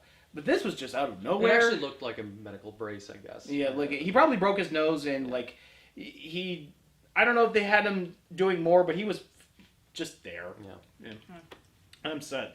Sorry, Rusev. Rusev has not been doing, not him, but the booking has not been so great with him. No, it wasn't like Roman Reigns' kayfabe broken nose, where basically he just came back with a reconstructed Oh yeah, nose. where he just wanted to get some Cosmetic surgery. rhinoplasty or something for his looks, just because. Yeah, so I'm sure. no, I'm Always gonna assume the worst with him. especially after tonight. So number 19 is Cesaro with the giant swing party. Oh yeah, just kept going. I always remember it as the big going. swing, but apparently it's a giant swing now. Oh, it's the big swing when anyone else does it, but when he does it, it's the giant swing. And So- just when he thought it was over. Yeah, he just keeps going and going and going, and he just dizzies himself up. I really thought. I mean, I know this is cheesy, but the big swing, the giant swing, is cheesy to begin with. So I thought that after that many people, after like almost like 10 people, that he would be so dizzy, he'd be like spinning around and around. But he was stumbling though. Yeah, but I thought somebody was gonna just like boop, and then he'd fall over the top. That would be cartoonish as fuck, but So is the As if boob. it wasn't already. The boob's pretty dang cartoonish. But then Cesaro goes beyond the pale, as it were, by trying to do the giant swing to Sheamus. Oh, he didn't do it. I mean, But he The was. look of betrayal. Yeah, the look. we don't know for sure if he was going to do it. It's just that But we it was just that- wanted him to know that he could. I suppose, but yeah, that was the. I mean, if the seeds of dissent weren't sown before, they were definitely sown by the end They of the night. love each other. Not anymore, they don't. They The love death each stares other. they were giving it. Oh, no. Did you see them on the SmackDown last week? Well, I didn't. They were both like on separate sides of the ring, and they were still trying to reach each other. They knew they couldn't touch each other, but they were still trying. John. Masha. Sort of like if Cesaro was on the floating door and... and because he's a dirty Irishman, he has to be the one drunk. The one trapping. Dude! What? What the fuck? We all know how the Irish were treated on the Titanic, alright? Too soon, Bennett, too soon. I would like everyone to know that I am of Irish descent, so I can get away with it. Apparently, I'm also of Irish descent, so. Well, no, your aunt wishes they were part of Irish descent. Well, she wishes, but she wasn't all wrong. Turned out I do have some Irish. Yeah, I mean, I'm just Chex Mix. It's mostly Scandinavian, but it's also a lot of Irish. I was about to say, like, how in the hell do you go and live in America and not have some Irish in you? Yeah, exactly. I mean, like, not for nothing, but the Irish are tied with the Mexicans as far as breeding is concerned. Irish Catholics, Mexican Catholics. The only commonality between them is that the religion that forbids contraception. So, make of that what you will. Not touching that one. They're Catholics. What are they going to do? Forgive me? Number 20. Give me your Catholic heat. I don't care. Red hot Catholic love. I don't care. It's okay. I can fan that heat. Just because I don't want it to emanate onto me. Number 20. Number 20. Xavier Woods comes out and, Be Still Your Heart when it was him and Kofi Kingston giving a kick chair toe to The Miz. That should have been the point where The Miz was eliminated, but no, he still managed to hang on. If he was eliminated with a kick chair toe, I would have loved it, but no, that was not to be. Number 21, Bray Wyatt, and the only real spot with Bray Wyatt in the Royal Rumble that I really appreciated was the little callback to when Bray Xavier Woods' head. Oh yeah, that was cool. Yeah, they had they for a moment before the brand split, they had a feud with the New Day, and Bray Wyatt apparently got into Xavier Woods' head, and he started like freaking out. And, Get out of my head, Bray! Get out of my head, Bray! But seriously, Xavier Woods almost became Xavier Wyatt. Came close. He would have like grown out a beard and everything, and put on the. It would have been so cute. It would have been so cute. He would have been a more adorable addition to the Wyatt family than Daniel Bryan was. Yeah. Daniel Bryan was the most adorable. But... He was the most adorable addition. But Xavier. Number 22 was Apollo Crews, and again... Oh my god, would he replace Francesca with like a banjo? Oh, or like a harmonica? Or a harmonica? That oh was... my god, a golden banjo or harmonica? Well, banjo. Considering the Wyatt family are like these, like backwoods, you ever see True Detective? No. Alright, like, think like these backwoods hillbillies... Cult. Hillbilly cult, talking about a mystical woman that... taught him about the evils of the world. Kind of devil worshipy, kind of. Mm-hmm. Black Phillip. It's like Bayou Voodoo mixed with Satanism. Yeah, I know. Okay. Yeah, it's a real thing. It's Well, I believe it's a real thing. It's just working that into a character. It's just what? Yeah, well, considering that the Undertaker is supposed to be a zombie. True. Yeah, I mean, like, the spoopy dudes Speaking of, we'll get to him. Number 21. Actually, we covered Bray Wyatt. Number 22 is Apollo Crews, and just like his personality, he really didn't do much of anything. And I mean, he I always feel so bad when I have to talk about Apollo Crews because I want to like him, and he is a great athlete. He has great moves and everything, and he's really built, but not much personality. But he did show off he did get to show off some of his moves for a little bit before Cesaro. A little bit before Cesaro and Sheamus eliminates all of the New Day. Before Jericho comes up from behind, having pulled the Houdini on them. Yeah. On the whole of everyone, and eliminates Cesaro and Sheamus. And then Cesaro and Sheamus have a stare down. Oh. have a stare down because apparently, I forgot, Sheamus tried to eliminate Cesaro, and then Jericho comes up behind and tries to eliminate them both. So now the season of dissent. Yeah, there was venom. That was actual real venom between those two that we're probably going to see at Fastlane. Yeah. If not, in the coming weeks on Raw. A whole new Best of 7 series. Are you excited? Yeah. But I thinking about it, I do understand why Amy's kind of upset about Jericho, because then anytime, I just really love Jericho right now, but anytime that's ever happened, it has happened in Royal Rumbles a lot, where somebody does that. There's always like somebody who does that, and it always does feel cheap. It feels like... It feels so cheap. It's like if a guy can do that, why doesn't everybody just do that? Right? Yeah, well... Why don't I just go out to the lobby, get myself a drink, wait for the Rumble to be almost over, then head back in, and then... Yeah. Well, the Miz has done that. Jericho has done that. The heels do that. That fits their character. I don't mind them doing that because they never win. So it's like because they're all for doing something so smart. They sure are dumbasses about it. So when they decide to capitalize on their opportunity. Yeah, yeah, exactly. So number 23 is Randy Orton. Number 24 is Dolph Ziggler.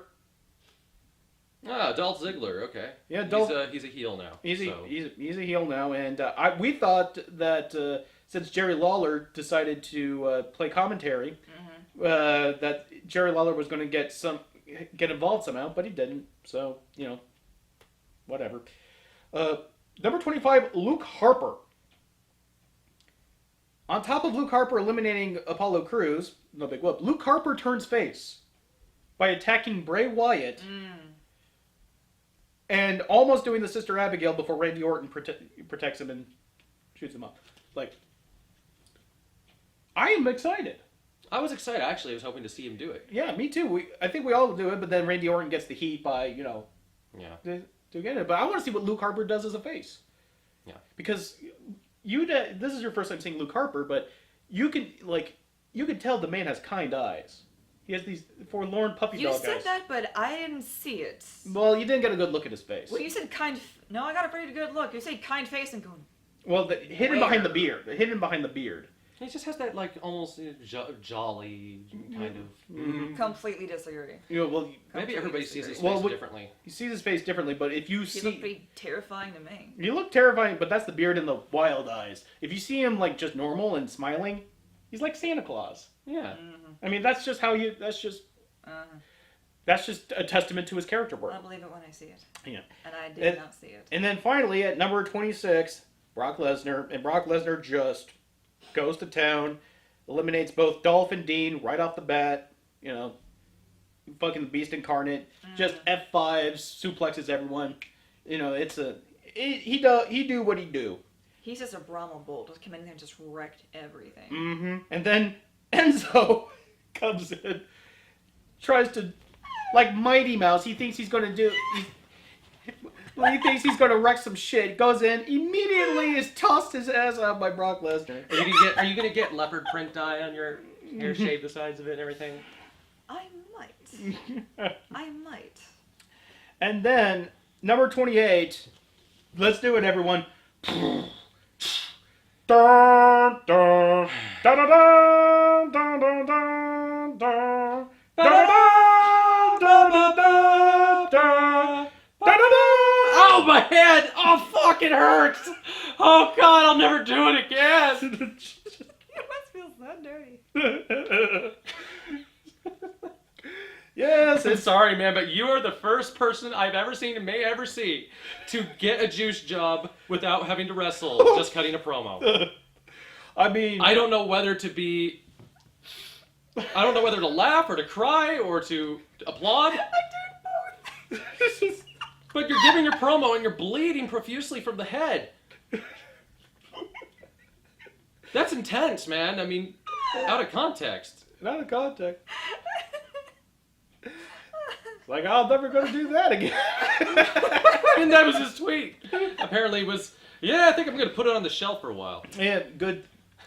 Yeah, although I will say, like, him screaming at Brock Lesnar to come into the ring and, throw down with him blood squirting down his face. made for quite a moment. In case you don't know, he has a ritual headbutt before he goes in. Yeah. So. So Goldberg Explains immediately a lot. immediately tosses Lesnar out of the ring. Mm-hmm. And I'm thinking, well, they're continuing on the fact that Goldberg is is this gigantic hoss of a human being, and like he still is above Goldberg. But this is where I think WWE is having their cake and eat it too. Because right after Goldberg comes out is The Undertaker. And here's how it goes. Goldberg eliminates Rusev. Taking care of the detritus as where Undertaker eliminates Baron. Then Goldberg eliminates Luke. Then Undertaker eliminates Goldberg. So by the ritual by the food chain, I guess. By the food chain, Undertaker is above Goldberg. And Baron Corbin, who eliminated Braun Strowman. But my question then becomes, okay, so if Undertaker eliminates Goldberg, who so thoroughly decimated Brock Lesnar, does that take away the victory that Lesnar had of Undertaker at WrestleMania 30? I mean, that's why I think the WWE is just kind of hoping. That's what I said when Goldberg defeated Lesnar in 3 moves. When it happened last time, I was like, what does that mean about the Undertaker though? Yeah. Who lost to Lesnar? So I think it's like a rock paper scissors thing. Like Undertaker beats Goldberg, Goldberg beats Lesnar, Lesnar beats Undertaker. You're right. So it's just like it's a game of rock paper scissors. Rock paper scissors. So at 29, Undertaker pretty much clears the house. So all of this is going to mean something else about another person, though. I am getting nervous. So like number 30. So I'm thinking they're like number 30. Yeah, she's sweating bullets. So we're both sweating bullets. So I'm thinking like other call-ups who happen. She's thinking, please not Shinsuke, because she wants Shinsuke to stay on NXT. We're thinking Shinsuke because we want him to move from NXT. And granted, so do I, but again, it's just... You're not sure what they're going to do with him. Or rather, I should say we're hoping. Yeah. But we're thinking, you already said, you thought Ty Dillinger, and you were right. And I was thinking Samoa Joe. Yeah, after what I saw from what I saw tonight, it would break my heart to see him. And just hoping that... And to see his talent wasted like that. And I was thinking... Well, I understand where you're coming from. And I was thinking Samoa Joe. It's like... And that would have been good. So right when I heard a... Truth be told, I was hoping Gilbert. Well, I heard the and then all of a sudden I remembered, wait a minute, this is WWE. I know what they're going to do. They're going to disappoint us. And as soon as I said they're going to disappoint us, I hear dun-dun, dun-dun, dun-dun, dun-dun. It's like, of course. Fuck, Of course it's going to be fucking Roman. Of course. He didn't win the Universal title, so he gets to be in the Royal Rumble. Just like that stupid toy commercial with all the wrestler toys, and at the end of the commercial, who's on top of the cage? Roman Reigns with the belt. With the belt. Just like that. And the chorus of boos that came out. And the bullshit chants. And this is bullshit. Uh-huh. So... Oh, it gets worse. Oh, yeah, so Undertaker eliminates Miz and Sammy. Alright, Sammy lasted until the 8th spot. Like, good on you. You know what? That was a solid performance. Yes, that was a solid performance. At this point, Undertaker has fed so much. He's just a one shot. He's just Then all of a sudden, Roman eliminates the Undertaker. That was almost as upsetting to me as seeing Ty just get tossed out. So and then Undertaker gives him the fucking side eye, and I'm thinking, oh, he was pissed. Great. Roman's gonna fight the Feud. Undertaker. Roman's gonna fight the Undertaker at WrestleMania. Buh. Roman eliminates Jericho. Roman eliminates Bray. Then Randy Orton eliminates Roman. So it looks like the main event is going to be John Cena versus Randy Orton again.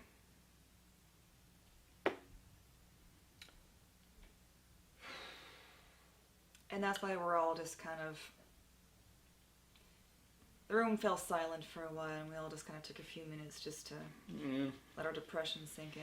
Do we still want to sing the song? No, not really. Not really anymore. Not really anymore. Not really. No, I don't want to come too hard on this decision. I can think of way, way worse main events that we could have been stuck with, considering who was last left in the Royal Rumble. I mean, like... Well, you know my thoughts on the guy. Yeah, well, yeah. I mean, Mark said it best when he said, like, Randy Orton is a great wrestler, but why does he have to wrestle like a rapist? I always enjoyed that. I thought that was hilarious. I mean, He looks like every guy he's wrestling. He So looks funny. He doesn't actually rape his opponents, Amy. It means that he basically the way he moves looks really creepy. he just kind of stalks his opponents. He kind of moves with his pelvis first sometimes and stuff. It's almost like Baldo. Yeah, like he kind of. Mm-hmm. Yeah. And then like. You know what? Yeah. Oh wow, that's very Voldo. He's just really Yeah. I never even thought about that. You're totally right. Yeah, so it's not to say that he, takes advantage of his opponents. I know, but just take advantage. yeah. But he will deliver an elevated DDT to Stephanie McMahon to a chained up Triple H and then kiss his unconscious wife right in front of him. classy. Mm-hmm. Yeah. So Just to be clear, I used to be a big fan of Randy Orton. Just gonna Really? say that. I used to be a big fan of Randy Orton. your mom is a big fan of Randy Orton too. Yeah. That sounds like your mom thing. Yeah. Vince older. No, but No, he's being Your dead mom's serious. a big fan, but she is actually. actually, yeah. So like that Randy Orton's a cutie, Yeah. I'm not gonna go into it, but just like I used to be a big fan of his. yeah. But unfortunately, the goddamn ending, not this way. Not this way. I wouldn't have been alright. I wouldn't have minded if Randy Orton won in a different way. Like, I don't mind if he eliminated, let's say, or if it had to come down to him and Roman Reigns, I'd rather they had to team up to take down Undertaker. Yeah. Like, I thought that's what was going to happen, legitimately. yeah. If they had to do that to team up, I get that. But the idea that Roman Undertaker, we'll have that we'll have that WrestleMania, and then we'll just have John Cena. We'll have the safe bet with John Cena and Randy Orton as the main event. Another one of those. Unless something at this is why this put the Elimination Chamber into doubt, because in no fucking way are they going to have anything less than John Cena against Randy Orton for the main event. The main event of WrestleMania. There's just no way. So There's so many opportunities for WrestleMania. Why does it have to be this thing we've already done so many times? So many times. Mm-hmm. It doesn't need to be done again. We got all this great new talent that. And here's the thing: if this may not be the WrestleMania the last WrestleMania that Undertaker goes to, but you know for damn sure that Roman's going to go over Undertaker at WrestleMania. Yeah. You know for damn sure. And nobody wants that to happen, but it's going to happen. Mark Holloway, why do you gotta be such a good sport? Because he's old school to his bones, and old school logic dictates you go out on your back. But it's like he has the gimmick that is the gimmick to end all other gimmicks. Mm-hmm. And when he just starts losing to everyone, it kind of undermines the gimmick in my eyes. Mm-hmm. He's the phenom. Mm-hmm. And it doesn't make sense. But the last little sour note before we leave, I think, needs to be said.